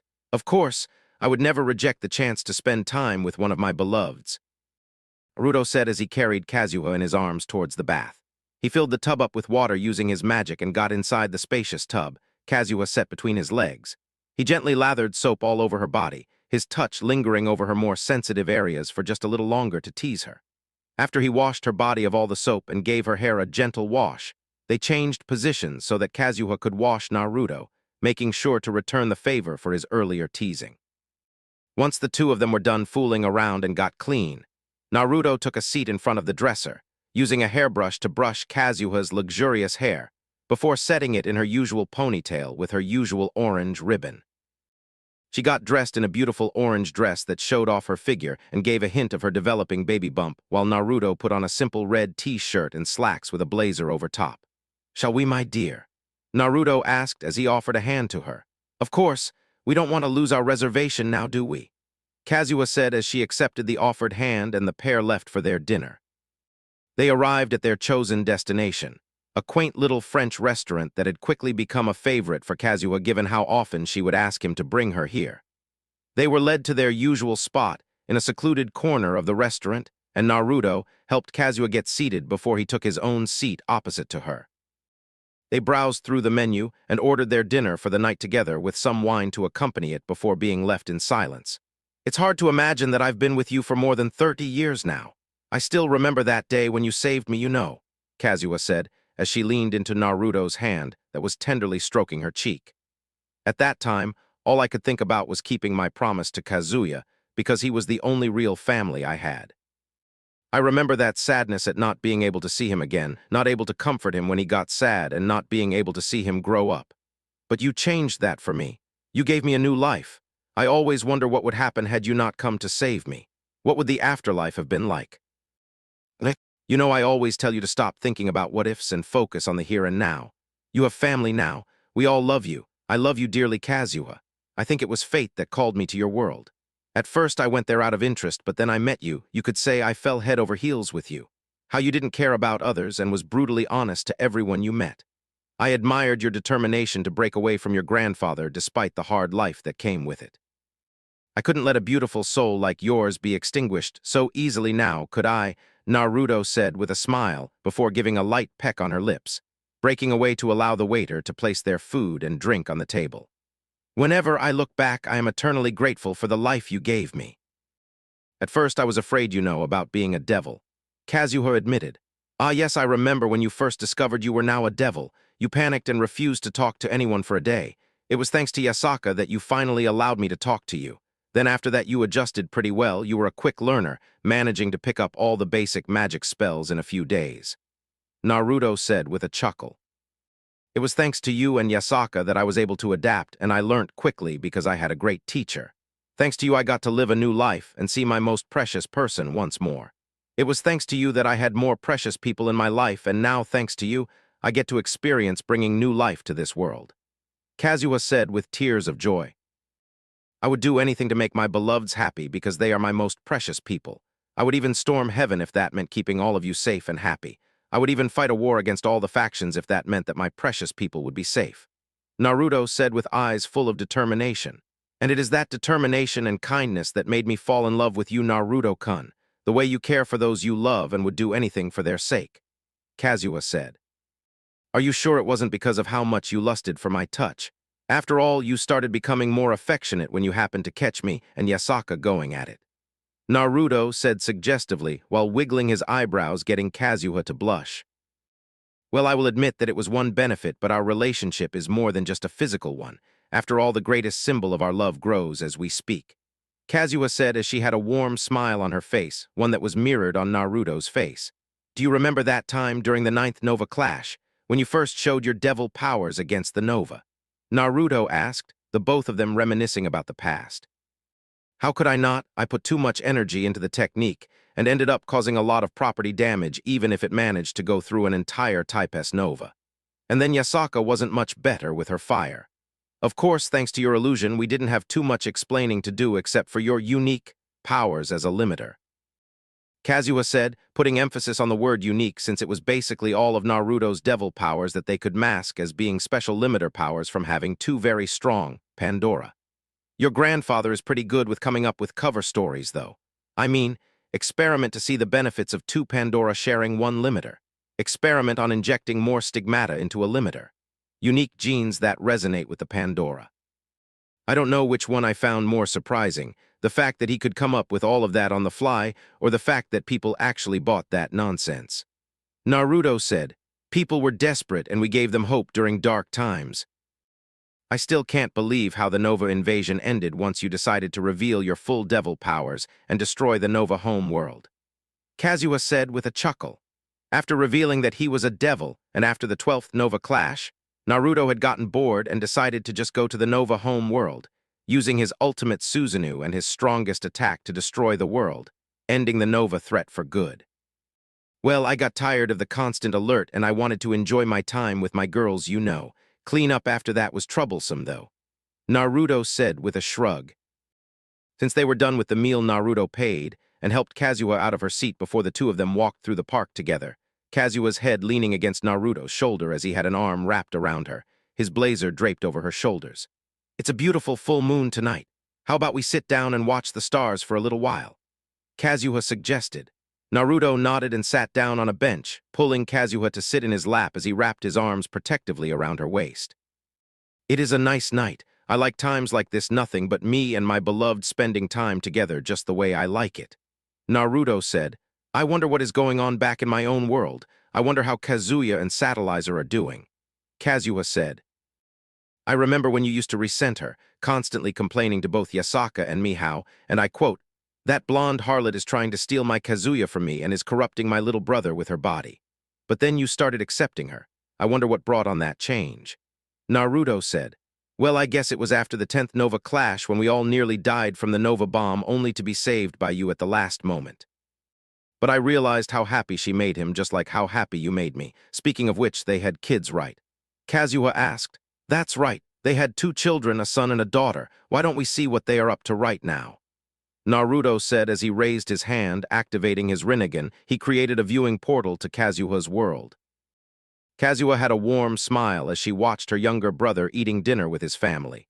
She could see the love between the family and was grateful that her brother had found happiness away from her. She was even pleased to see that her remaining aunts were spending time with him since they seemed pretty lost after her grandfather had passed. I can't wait to experience that with you, the life of a loving family. Granted, it will be a little different since you have 7 wives, but looking at you, Yasaka, Kuroka, Kanu, and Boruto, I can't wait to have this child of ours born so that I can experience the joy of being a mother like they have. Kazuha said, I can't wait for our child to be born either. Now come on, it's time to go home. Naruto said. The two of them enjoyed a peaceful stroll back to the shop before heading off to bed, Kazuha using Naruto as her pillow, her head nestled into his neck as he wrapped his right arm possessively around her waist. He gave her a light kiss before they both drifted off into blissful unconsciousness. Scene change. Naruto's command room, 2 weeks have passed. I see so Rizvim is going after something called Sephiroth Graal, also known as the Holy Grail. Any idea why he would want it?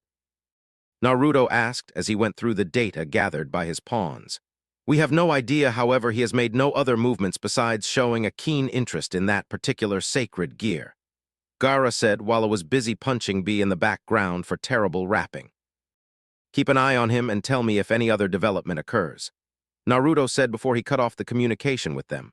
Odd, of all the sacred gears, Itachi and Kasame have reported to me that the hero faction is currently in possession of the true Longinus Annihilation Maker and the Dimension Lost, while the Incinerate Anthem is with the magicians. Then there is also the problem of the hero faction brainwashing and using people with sacred gears. Just what are they planning? Kakashi, Guy, can you hear me? Naruto said, getting in touch with his other team of pawns. Loud and clear, Naruto-sama. Kakashi responded. I want you to keep an eye and ear out for any development regarding the hero faction. It seems they are amassing power, and any time a singular group tries to consolidate their power, it is never a good thing. Naruto said, duly noted. We will inform you should we learn of any development regarding the hero faction. Kakashi said before the communication was cut. Things are happening in the background for now. I wonder if any of the faction leaders have taken notice of this. But then again, the dissidents have been good at hiding their movements so far. Oh well, it would seem that Issei is handling his situation well. The Fallen have taken an interest in his now. In fact, if I recall, he has a date with one this weekend. Oh well, how he decides to approach this matter is his choice. I should trust my student after all. Naruto commented, I need to go get a drink. Naruto said to himself as he walked out of the command room, grabbing a black haori to wear over his short kimono and a green striped hat to go along with it.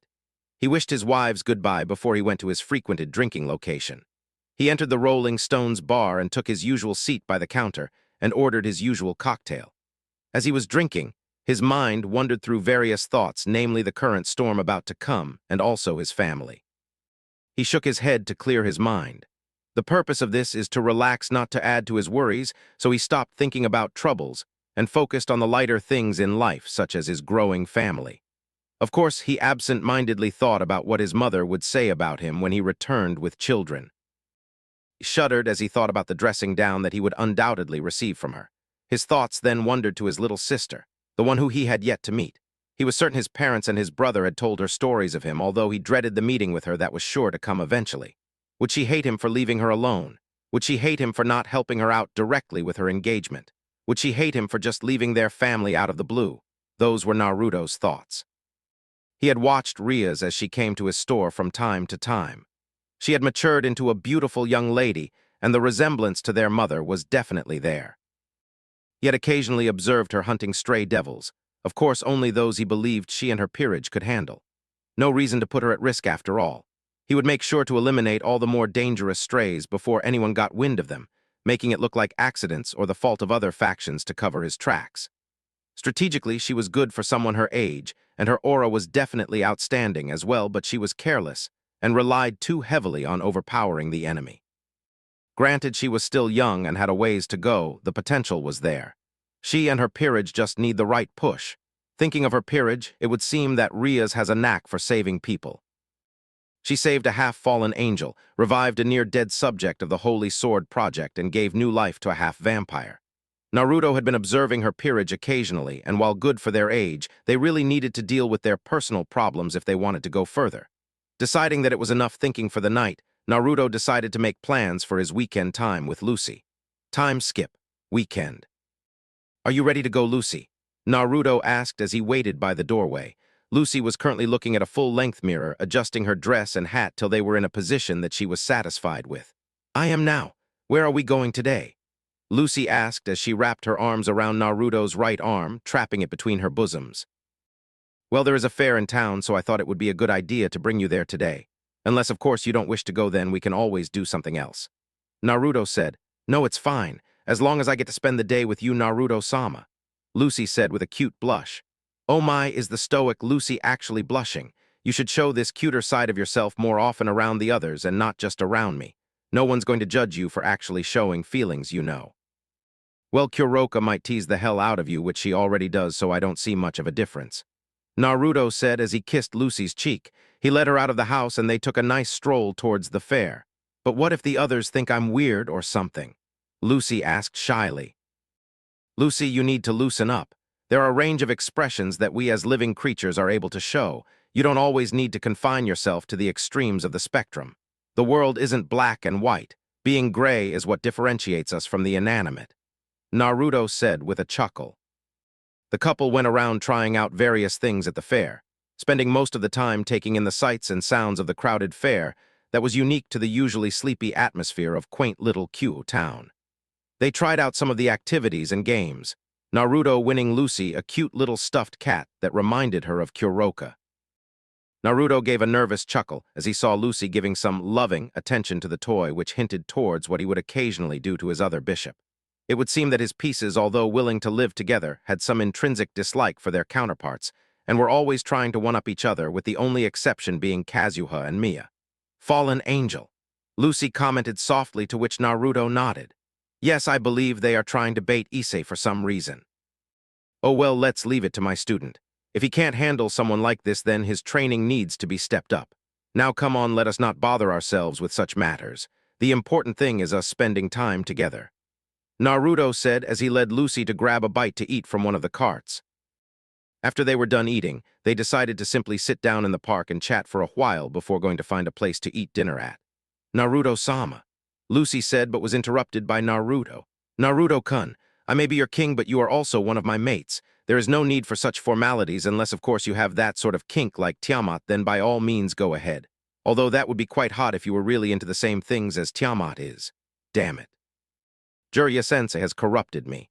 Naruto said, Naruto-kun, what made you choose me over my sisters? I mean, I'm not as strong as Windy, Teslid, or Cassandra. Why didn't you choose Cassandra for your bishop? What made you choose me? Lucy asked. Are you having doubts, dear? I chose you because the moment I laid eyes upon you and your sisters while you were still asleep, I felt a connection form between us. If you think about it, I could have taken Chiffon as a rook, quite a suitable position for her, but I chose you because you were special to me. You said it yourself right. You might be weaker than your 3 older sisters, but you have the ability to understand. Naruto said, That I did. I still remember the shock when Father told me that he had agreed to allow me to become your bishop in exchange for your services in the war against the Nova. I avoided you, fearing that I would lose what little humanity and family instead. But I couldn't be more wrong, and the greatest day of my life was when I finally accepted your offer. You gave me family and taught me what it means to be truly alive and what it means to feel. Lucy admitted as she leaned her head against Naruto's shoulder. His arm was wrapped around her shoulder. And I was right in that you were the one to become my first bishop. You were even better than Kazuha when it came to learning how to use magic. You were even able to start learning my version of elemental manipulation within 10 years after becoming a devil, when it took me 15 after I gained the Rinnegan. Naruto praised, but you were figuring things out on your own while I was merely following your teachings. Lucy said, It would seem that the fallen angel and my student are here right now. Shall we make ourselves scarce for the moment? Naruto asked. Lucy nodded and Naruto activated a cloaking technique that would make them seem as though they weren't even there. Against more skilled opponents or censors, this technique wouldn't work, but against the level of people he was trying to avoid, namely the fallen angel and Rias' peerage, this was more than adequate. Say, Issei, I had a really good time today. Could you kindly do one more thing for me? A beautiful black-haired girl asked. What is it, Yuma-chan? Issei asked sweetly, although inside he was cringing at having to blatantly lie like this. The fallen angel's intent to harm, he was so clear that it was really disgusting to him to have to keep pretending until she made her move. Could you please die for me? Yuma asked. I was waiting when you would make your move. Issei said as he put some distance between himself and Yuma, who had reverted into her true form. She had become more mature, and she now wore a leather outfit that left little to the imagination. Her pair of black wings were unfurled as a barrier surrounded the area. What do you mean? You are just a kid with a dormant sacred gear. How on earth did you know I was after you? Yuuma asked. I can sense your intent, Yuuma, or should I say fallen angel. Tell me what is your real name, and did Azazel order you to do this? Ys asked. I am Rainier, and no, Azazel only ordered us to watch you, but I'm sure that once he hears of what I have done here, he will reward me greatly. Rainier boasted as she created a spear of light. I expected as such. Ys said as he summoned his katana that Naruto gave him from his pocket dimension, seeing no reason to reveal his sacred gear for such a weak opponent. Die human, Rainier said as she hurled the light spear at Ys. Ys channeled lightning magic into the katana, destroying the light spear when it came into contact with the blade. He pushed more magic through the blade, extending it out as a short spear of electricity that pierced Rainier's wing, making her body go numb. I suggest you leave. I'm merciful today, so I'll let you leave, but that was just a warning, and to tell you that I can kill you at any time. So don't think you can disobey your superior's orders so easily and also enter someone else's territory without repercussion. Issei said coldly. Rainier glared at him before flying away with her tail between her legs. You can come out now. I know you've been following me for some time. Issei said as Kaneko and Akino appeared from the trees. Ara, how did you manage to sense us? You must be pretty good and you seem adept at using magic and a sword. I assume you know that we are devils. Akino said. Issei simply nodded his head. Good, our king would like to speak to you. She has an offer to make you, if you would please come with us. Akino said. I would like to speak to Ms. Gremory as well, so lead the way. Ys said as he followed behind the two devils. Well, it seems my student handled that quite well. I'm impressed. If that was him from a few months ago, he would be too busy ogling the fallen angel to even notice a light spear piercing his gut. Naruto said, and Lucy nodded in agreement since she too had seen the changes that the young man went through. Shall we go have our dinner then? It's about time for it anyway. Where would you like to go, Lucy? The usual. Naruto asked as he carried her in his arms and proceeded to hop on rooftops towards her usual dinner place, making sure to place an illusion so no one would notice them. They had a quiet dinner at a fancy steakhouse that Lucy would always ask Naruto to bring her to, and throughout the dinner, Naruto noticed that something was on Lucy's mind. Deciding to ask her about it later on, he continued to eat dinner in peace while taking note of Lucy's actions. Once they were done, Naruto paid for the dinner and they left, Lucy leaning her head against Naruto as he had an arm wrapped around her shoulder while they went back home. Lucy, is something bothering you? Naruto asked with concern. No, there is nothing wrong, Naruto-kun. Lucy said with a smile that Naruto instantly knew was false. Don't lie to me, Lucy.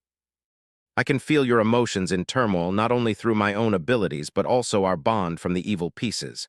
Tell me, what is it that is bothering you? You can be honest with me, Lucy. I would do anything to make you happy. Naruto said, taking her hands in his. It's just that I'm a little jealous of Yasaka, Kuroka, and Kazuha. They look so happy bearing your and raising your children. I want to feel that happiness. I want to have a child with you as well. Lucy said, Are you sure about this? Having a child is not something one should think about so casually. That was why I invented the anti-pregnancy seal in the first place, so that I wouldn't have too many children that wouldn't be raised properly from all our fun activities in bed. Are you certain that this is what you want? Would this make you happy? Naruto asked as he cupped her chin and brought her face to look up at him. Yes, I am sure I am ready. I want to have a child with you.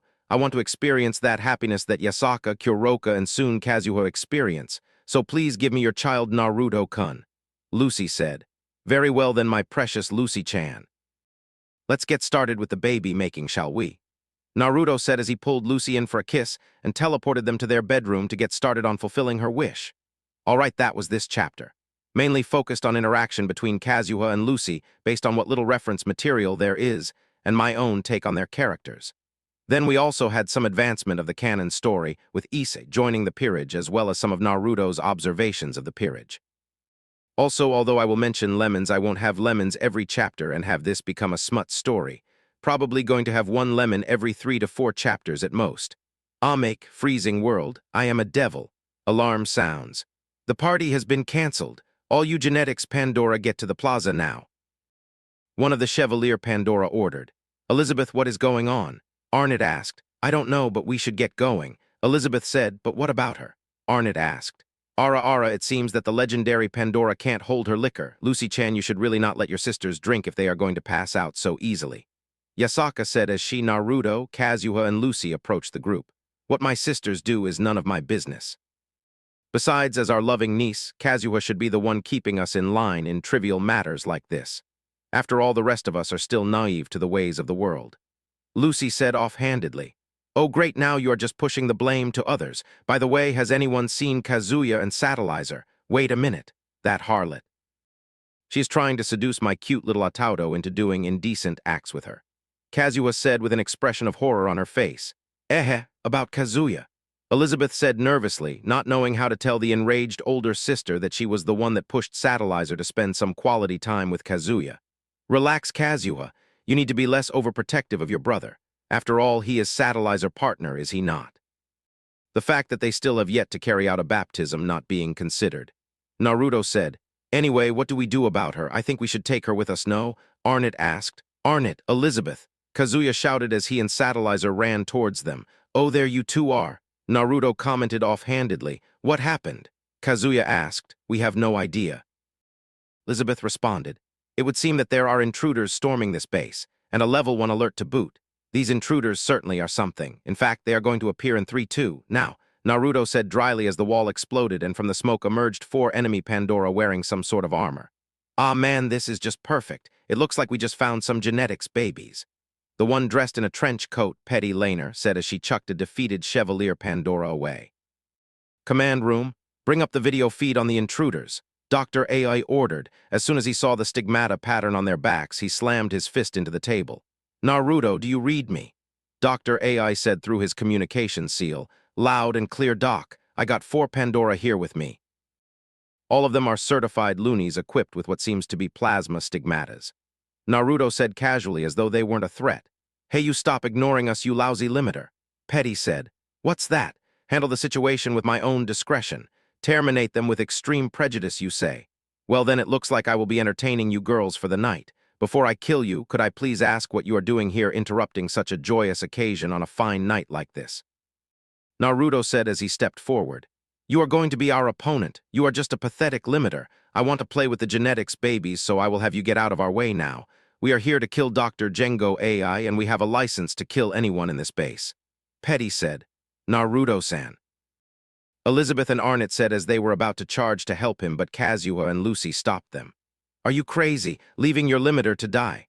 Arnett protested. "You will not get in the way of our king. Unless Naruto-sama or Yasaka-sama orders it, we will not interfere." Lucy said coldly, "Die, you stupid limiter brat."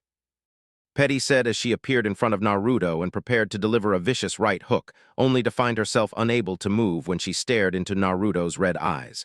Naruto casually raised his right hand and with a single finger flick sent her flying into the wall, cracking it upon impact. "What in the world?" Isabella said. "How did he do that?" Kazuya asked. "Like Lucy said, if you were to join this fight, you would only get in our king's way." Kazuya said. "I'm afraid I can't let you kill Dr. AI. You see, he and I have a contract, and my pride as a devil won't allow that contract to be terminated prematurely by some Pandoras who should be in a mental institute." Naruto said as he loosened the collar of his shirt. "Devil contract? What the hell are you talking about? I'm going to turn you into a beautiful corpse." Isabella said as she blasted Naruto with a beam from her plasma weapon, only to have Naruto activate his Rinnegan and absorb the energy. "What the hell are you?" Petty asked. "I am Naruto Gremory, an ultimate-class devil from the House of Gremory," Naruto said as he flared his devil wings out. "Naruto-san is a devil, and what were you two talking about Naruto-san being a king, as in royalty?" Elizabeth asked. "He is technically royalty in devil blood, but devils have something called the evil pieces that allows him to revive other species as devils. They are represented by chess pieces. Naruto is the king, Yasaka is the queen, I am the knight, and Lucy is the bishop. It was how I was brought back to life after the 8th Nova Clash." Kazuya explained. "Stop fucking with us." Petty shouted as she charged once more, only for Naruto to sidestep and break her arm before flipping in the air and delivering a devastating dropkick to her back. He stepped on her back to keep her in place as his hand held onto her head. "Now then, I want information, and seeing as you are the leader, you would know everything, or at least most of it." Naruto said as he used his Rinnegan to extract Petty's soul, her body becoming lifeless. Interesting. Dr. AI will want to know this. Anyway, I have what I want. It is time for you girls to disappear." Naruto said as he simply stared at them, summoning black flames to burn their bodies. "Well then, now that the problem has been dealt with, let's get back to partying." Naruto cheered. Naruto woke up as the morning sun streamed through the blind of the room. mentally cursing the sun and reminding himself to get blinds that wouldn't allow any light to pass through. He tried to return back to his peaceful slumber, pulling the body in his arms as close as possible. He smiled as he took in the mop of purple hair that was snuggled into the crook of his neck, its owner using his shoulder as his pillow. Mia had a serene smile on her face as her light, slow breathing indicated that she was still asleep. Her hot breaths on his neck had a calming effect on Naruto, and before too long he fell back into a dreamless sleep. "Morning, Naruto-kun," Naruto heard a voice say as he slowly started to wake up. He brought up his only free hand to rub the sleep out of his eyes and register that Mia had greeted him good morning and was now awake. She was looking up at him with eyes full of love and possibly a slight hint of lust. "Morning, Mia-chan. I trust you had a good sleep," Naruto said as he ran his hands through her hair, Mia leaning closer to his chest, their bodies melding as close as possible. "Of course I did. With my Ashikabi-sama with me, I will always be able to have a good rest. Do you have anything to do today?" Mia asked as she stroked his cheek, Naruto placing a hand over hers as her other hand traced his well-defined torso. "Well, aside from doing the usual updates with the pawns, I just need to see how Ise is settling in as a devil and deal with the rogue Fallen. Would you like to join me in dealing with the Fallen today?" Naruto said. Ara, you know how long it has been since I last used my sword, Naru-kun. You spoil me so much," Mia said while covering her mouth and giggling. "Well, you can have your fun, but do try to refrain from killing them," Naruto said while Mia pouted at this. Naruto-kun, you spoil sport. That means that I can't play with them as much. Besides, they are only weak Fallen with a pair of wings each." Mia said, "You know you sure changed since I first met you. What happened to my sweet little Mia-chan who was unwilling to raise her blade?"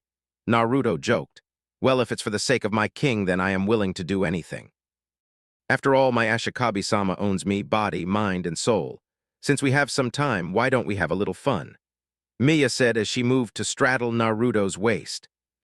"As much as I would love to continue our activities from last night, you will have to be satisfied with what we have already done for now since I need to go check up with the pawns, or have you not noticed how late it is?" Naruto said as he moved Mia off him, earning a pout from the purple-haired woman. Ara, Naruto-kun, you know it is not nice to reject a lady's advances like that." Mia said, "Whatever you say, Mia. I'll see you later after I'm done with the meeting. We can go and do whatever you feel like doing. Just think of something.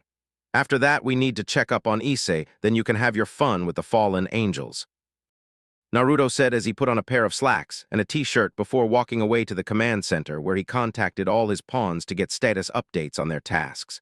So all the most of the Longinus have been accounted for.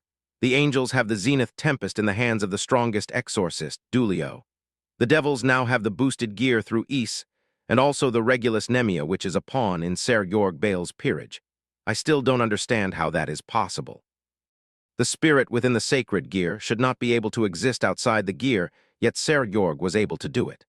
The fallen have the divine dividing through the half-devil descendant of Lucifer, and also the Canny's Lycion in the hands of Slash Dog. Annihilation Maker, True Longinus, and Dimension Lost are currently with the hero faction. Walburga has the Incinerate Anthem. Valerie Teeps has the Sephiroth Grawl. The Telos Karma and Innovate Clear is unaccounted for, and the Absolute Demise user is with the Magicians. Naruto mused as he watched the map for the locations of the current active Longinus. The Sephiroth Grawl is not a high-tier Longinus, but is a holy relic. Why does Rizvim have a particular interest in that sacred gear? Besides, his own grandson has divine dividing. What is your goal, Rizvim? You do things out of your own twisted sense of fun. You would never act unless it interested you. You were even willing to kill your own son and his wife after getting them to abandon Volley. What has got you so interested? You definitely don't want your Lucifer seat back. No, this is definitely something bigger because you aren't cooperating with the other descendants. In fact, your group seems oddly more separate to the rest in the Chaos Brigade. Not like they were very coherent in the faceplace. Naruto said as he reviewed the information Kakashi had gotten from his informants. This is getting troublesome, and according to my underworld informants, Riser is trying to push the wedding date earlier. I wonder what will Surzech do? The nun that Rainier called for is coming to town today. I think it might be a good idea to show what she is capable of, Naruto said to himself before getting up from his seat. He put on his mask and cloak and disappeared in a black vortex towards the energy signature of the nun that had just arrived into the city. Oddly enough, she was quite near to where Ise was. He arrived on a telephone pole overlooking the city near the location of the nun, and was pleasantly surprised to see Ise helping the nun out. He narrowed his eyes when he saw the nun heal an injured little boy with her sacred gear. He took note of the abilities and look of the sacred gear and concluded that it was indeed twilight healing. Although even Naruto had to admit that she was a really pure soul, she even had an affinity towards dragons. So it seems that the fallen angels want to take her sacred gear for themselves. Oh well. All the more reason for me to eliminate them now that Ise has helped me confirm their independence. Although Azazel is terrible at making sure his people stay in line. Naruto said to himself. He smiled when he saw how Ise befriended the nun despite them being from opposite sides. He had always preached to Ise that one's birth is not important, but what is important is how they choose to live their lives. He decided to approach his student and talk to him before he went to school, making sure that no one was tailing them. So Ise, I see you made a new friend. Naruto said as he suddenly appeared before Ise in a black vortex. Sensei. Ise shouted in surprise and immediately went into a defensive posture. It seems you have kept in mind all the lessons I taught you. Ruto said with a chuckle as Ise relaxed his stance. Of course, I don't want to disappoint you, Sensei about that nun. Ise trailed looking at Naruto, his facial expression conveying the unasked question. Yes, she is indeed an exiled nun and the fallen angel intend to use her for her sacred gear. How exactly I do not know, but I will find out later tonight when I get rid of those uninvited crows. Naruto said, I see, I just hope Asia is okay. Ise commented. Concerned about your new friend already, I thought I told you to be more careful about who you trust. Naruto said, yeah, it's just that Asia seems too nice and innocent. It's like she can't even be evil if she tried. Ise commented, good to see that you noticed. Anyway, we are getting too near to your school for me to get to, so I best get going. By the way, I'll leave Asia in your care once I'm done with the fallen angels. Talk to you soon, Ise. Bye. Naruto said before disappearing in a red flash. Hey, wait, Sensei, what did you mean by leaving the girl in my care? Ise said as his eyebrow twitched at being ditched by his sense all of a sudden. He sighed and walked towards school, deciding to talk to his sensei when he visited the shop later today since classes were more important right now. Hey there, Miya-chan. Naruto greeted as he appeared behind his purple-haired knight. Kaya! Miya shouted in shock before she turned around and bonked Naruto on the head with a ladle that she pulled out of somewhere. It seems that she always carried it with her at all times. Irai, did you really have to hit me so hard with the ladle? Naruto said while rubbing his head trying to soothe the pain as a lump could be seen on his head. Sorry, Naruto-kun, but you surprised me when you appeared so suddenly. Here, let me kiss it and make it better. Miya said as she pulled Naruto in for a hug, laying his head in her bosom and kissing the spot where she hit him. Hee, but I like seeing your reaction. It's cute. Naruto said only to get bonked on the head one more time by Miya. Moo, Naruto-kun, it's not nice to say such things about my unladylike behavior. Miya said with a pout. I was supposed to be healed, but instead I just received more damage. Naruto said with anime tears. There, you little baby. It's all better now. Miya said as she hugged Naruto again. Well, have you thought of what you want to do today, Miya? Naruto asked. How about we go for a stroll, then have a picnic at the forest and hillside overlooking Kyu Town, then we can go clean up the fallen angels before having a nice supper at the new 24-hour cafe. Miya suggested after some thinking, a finger on her chin as she debated internally on what she felt like doing. Let's get going then, shall we? Let me go get freshened up and you can prepare the picnic basket. Naruto said as he gave Miya a kiss, causing her wings to erupt from her back before leaving for his own room to get ready for the day. Miya waited for Naruto at the doorway with the picnic basket in hand. She looked at the time and saw that it was almost the afternoon. She was dressed in her usual clothes like a Miko priestess with a white top and purple hakama pants.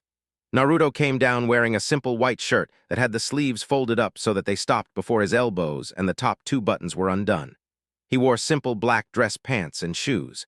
He extended an arm that Miya accepted, wrapping it between her bosom as she leaned her head against his shoulder. The two walked out of the house in comfortable silence towards the outskirts of Kyu Town for their private time, Naruto making sure to leave behind a few clones to handle matters, with Miya and Naruto. After setting out the mat under the shade of a tree that gave them a good vantage point, Naruto settled himself down. His back leaned up against the tree, and Miya took her spot between his legs. Naruto wrapped his arms around her waist, pulling her clothes and humming in contentment. They stayed like that in comfortable silence for a long time, both just enjoying being in the company of the other. Noticing that Miya's extremely relaxed state, Naruto gained a devious smirk as he decided to get back at Miya for all her constant teasing. He gave a slow, sensual lick to her ear before nibbling on her earlobe. Then he went to suck on the sensitive flesh at the juncture of her neck and collarbone, earning a gasp from his purple-haired knight. "Ah, Naruto-kun, what are you doing?" Mia squeaked out as her breathing started to become ragged. "I'm just having a little fun with you, Mia-chan," Naruto said in a sing-song voice as he continued to suck on her sensitive flesh, his arms trapping hers, preventing any escape as Mia continued to squirm in his grip. Naruto-kun, please stop teasing me like this if you don't intend to go any further." Mia breathed out as her face was completely red. "Oh my, what is this? The normally prude Mia-chan wants me to go further. You used to be so against such behavior if what Matsu told me is correct," Naruto said as he stopped teasing Mia, spinning her around so that she now straddled him, her body pressed close to his. He rested his head against her shoulder as he could still hear her slightly frazzled breathing, while she was still calming herself down from the teasing. "Yufu-fufu, it isn't my fault that my king couldn't keep his beastly urges in check despite having so many partners that he managed to corrupt me like this. Although if I had known that having fun with my destined one was so meaningful and pleasurable, I might have been more lenient to the others. Of course, that one time Minato walked in on us was hilarious," Mia said as she finally calmed down. "The kid was so naive. I still don't understand how he managed to get so many sekiri, even a few single digits too," Naruto said. "Well, it could have been just luck or his soul might have been special. Although I always wondered how you managed to wing me yet did not attract any other sekiri. If you were strong enough to wing me, then every other sekiri should have naturally gravitated towards you," Mia said. "Well, my theory for that is the sekiri's destined ones have a certain soul quality that attracts them to each other. The way to subvert this is to have a stronger soul. In my case, your reaction to me would be because of our natural compatibility, while everyone else would merely have become my sekiri due to my power levels. But to stop that, I just made myself undetectable to the other sekiri after I winged you. Also, I used your connection to the others as their pillar to eliminate the possibility of winging me. If you recall, that was how we unwinged the sekiri who did not manage to find their ashibaki and rewrote their souls to their base state, so that they were essentially unaffected by the forced winging," Naruto said. "Did that come on the spot or was that after research? Because while I am not doubtful of your smarts, you are rarely coming up with such complex theories outside of research topics or battle," Mia said as Naruto had anime tears and a rain cloud over his head. "Mia-chan, why do you have so little faith in me? Anyway, that theory was after researching using our bond through both the evil pieces and the regular sekiri ashikabi bond after you told me how sekiri could be forcibly winged.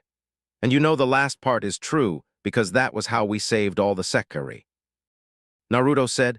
"I know, I was just kidding.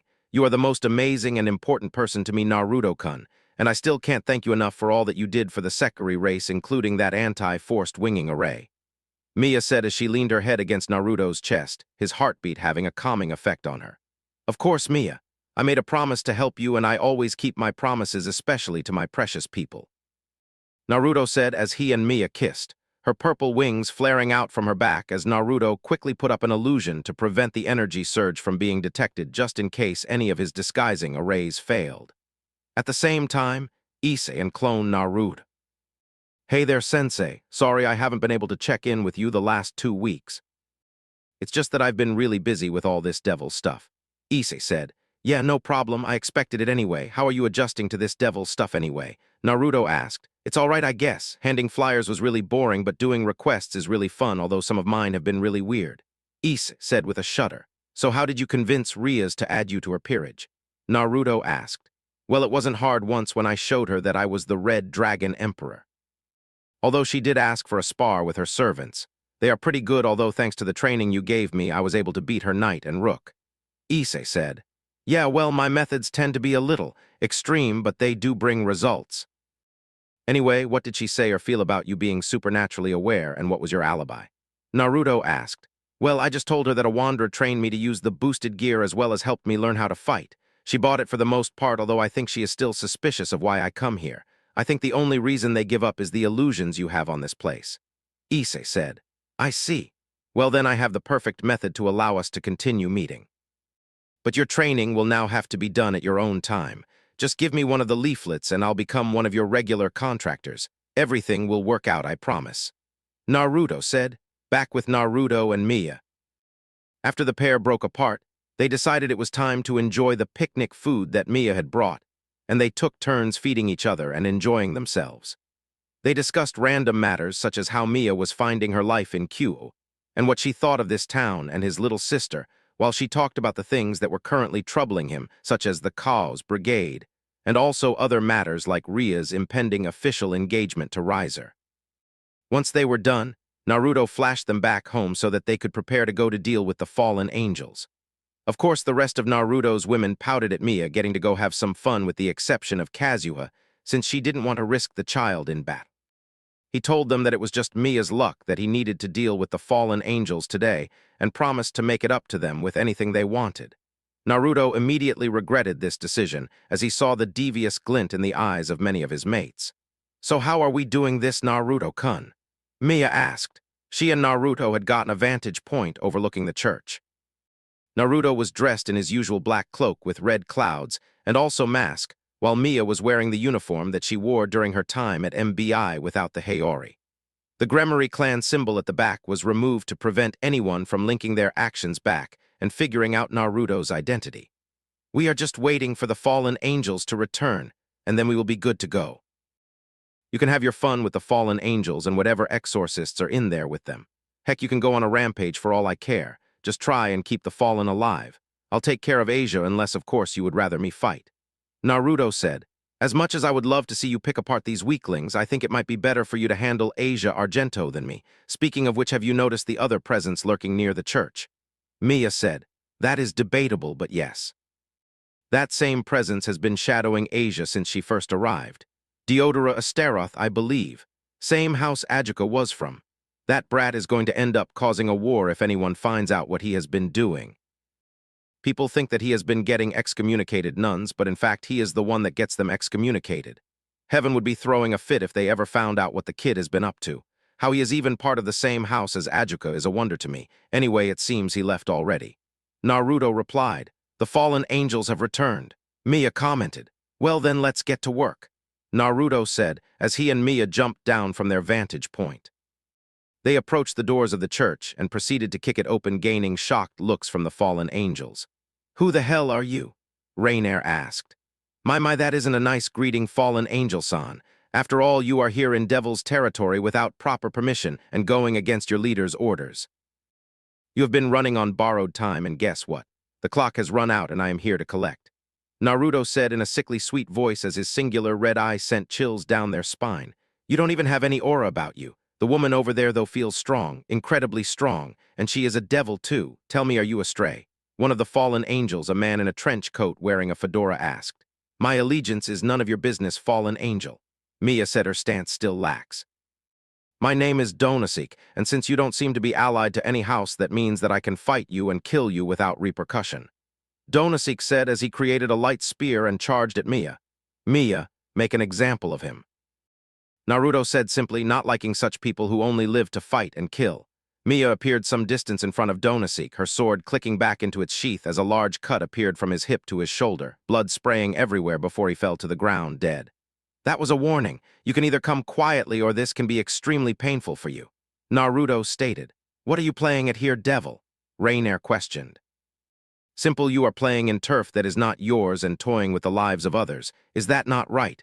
Do you not intend to extract Asia Argento's sacred gear?" Naruto stated, "And so what? That power will be a great benefit to us, and once we have it, Azazel will acknowledge us, and no devil will be a threat to us," Rainier said. "And what of Asia's life? The sacred gear is bounded to her soul, and removing it would cause her death," Naruto asked. "What about it? She is a worthless ex-nun who has no one left. Death will be a blessing for her." Rainier scoffed. "Did you hear that, Asia? These fallen angels do not have good intentions for you, so have you decided to take up my offer?" Naruto asked as he looked behind Rainier to see a clone holding a scared Asia who could only nod dumbly. What have you done?" Rainier said angrily as the clone Naruto appeared next to the real one and dispelled. "Asia, I want you to stand behind me, okay?" Naruto said to the girl. She moved behind Naruto and held onto his cloak. "All I did is tell her the truth and offer to let her live with the only person who has shown her kindness out of the good of his own heart. Of course, she didn't believe me at first, but seeing this side of you helped me win her over," Naruto said with a smirk behind his mask. "Why you won't get away with this," Rainier said, her anger flaring. She formed a light spear, and her other two companions did the same. What makes you think you can hurt me when my student could kill you without even using his sacred gear? Naruto said, you were the one who thought that boy to fight. I'll get you back for that embarrassment. Get him, boys. Rainair ordered as a group of exorcists appeared. Mia, eliminate them. Naruto said.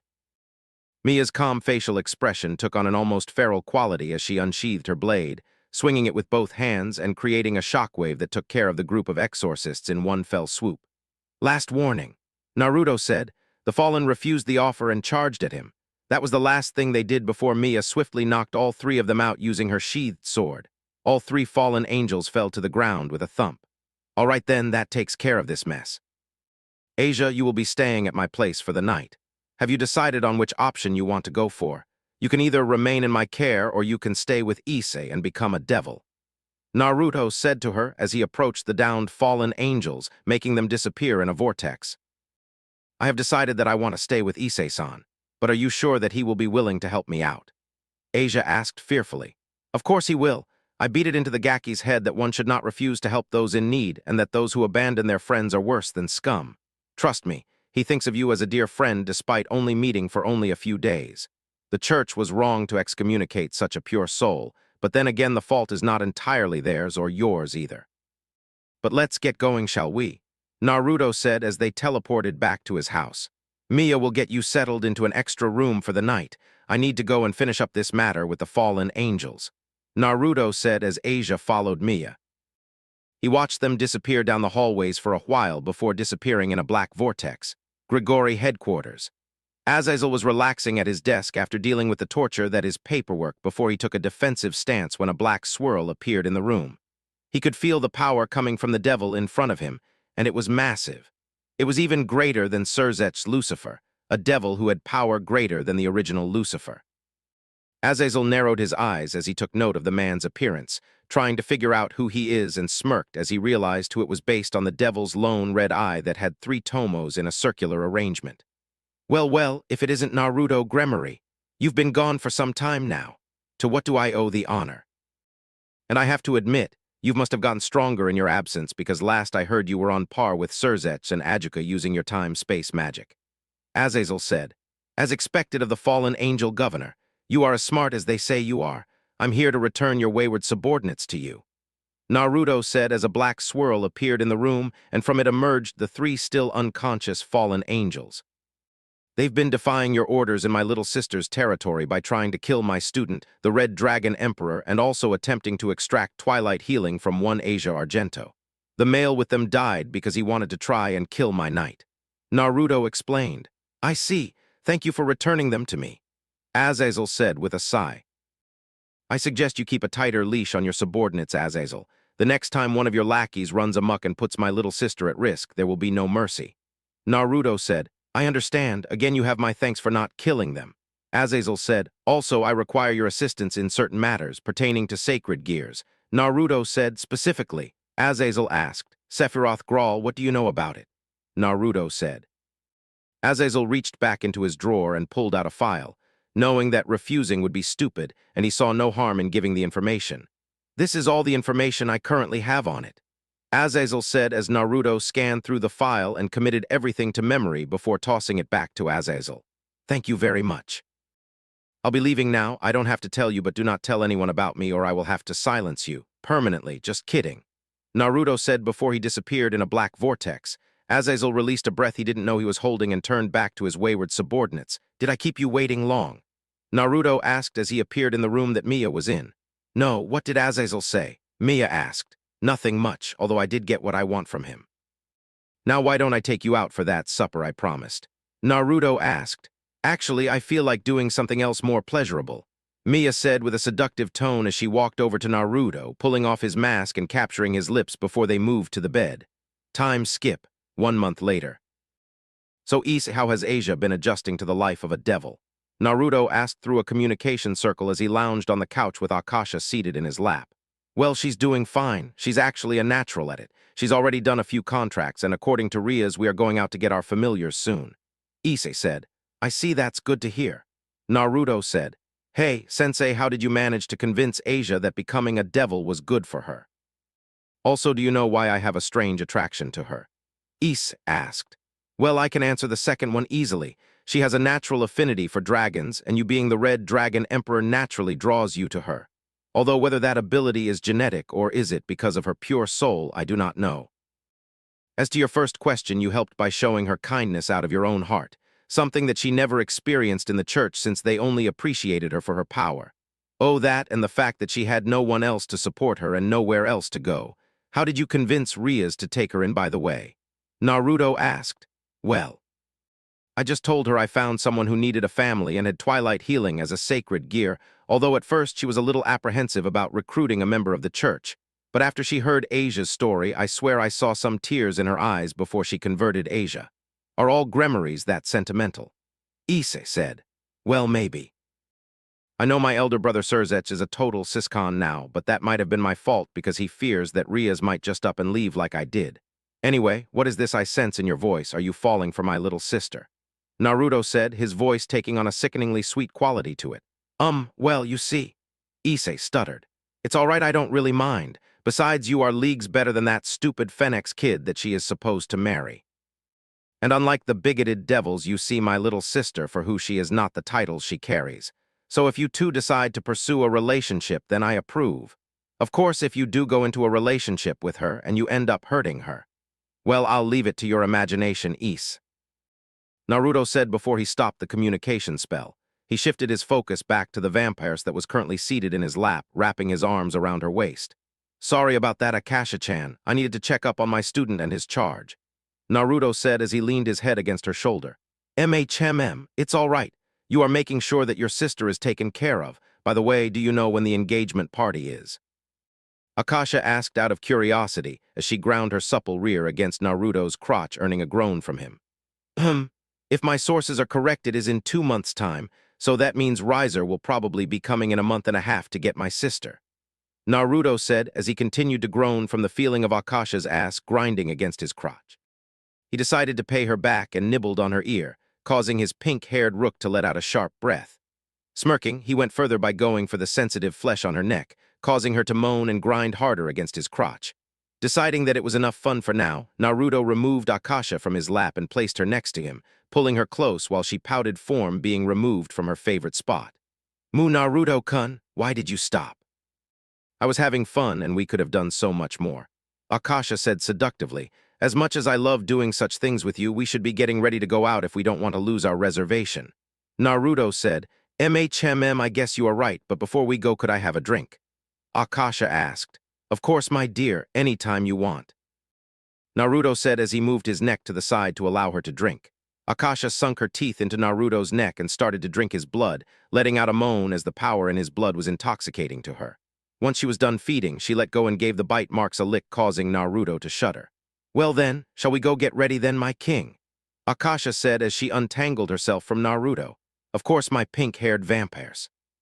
Naruto said as the two walked to the bathroom to get ready for their private time. They took a bath together, helping to wash each other's back and hair.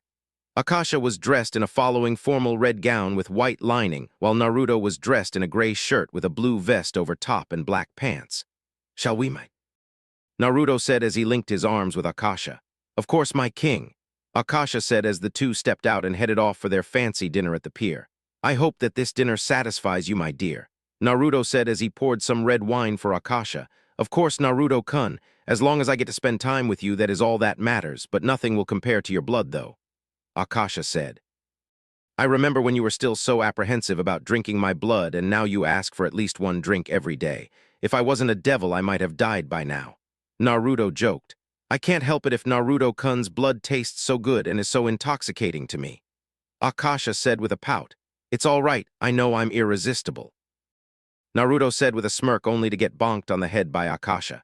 Don't get so full of yourself, Naruto-kun. Akasha chided. You know, I wonder how come you found my blood particularly addictive. You used to be so suspicious of me when we first met. Then after I helped you with defeating Alucard, you still didn't like me. But then you slowly started warming up to me, asking to drink my blood more often, becoming bolder and more open with your affections. Naruto said. Well, I guess it was because you were so powerful that I couldn't help but want to submit and become your mate after you first offered me your blood. But my pride wouldn't allow me to just give myself to some random man I just met. That's why I was so hostile and was so aggressive, because I was very frustrated due to my torn feelings. As to your blood being so addictive to me, I guess it's because you are my mate, so I will always desire you, everything about you. Akasha said, the last part being particularly suggestive. Well then, shall I entertain your desires, my dear? Naruto said as he paid for the meal and grabbed Akasha's arm and led her out the restaurant. I can't wait, my king. Akasha said as they shared a passionate kiss under the moonlight. I will make sure your body remembers my touch and have you yearning for more soon enough, my beloved vampires. Naruto said in a low growl before kissing Akasha once more, teleporting them back to the house so that they could enjoy each other's bodies. That's all for now. If you enjoy, then please like, share, and do comments.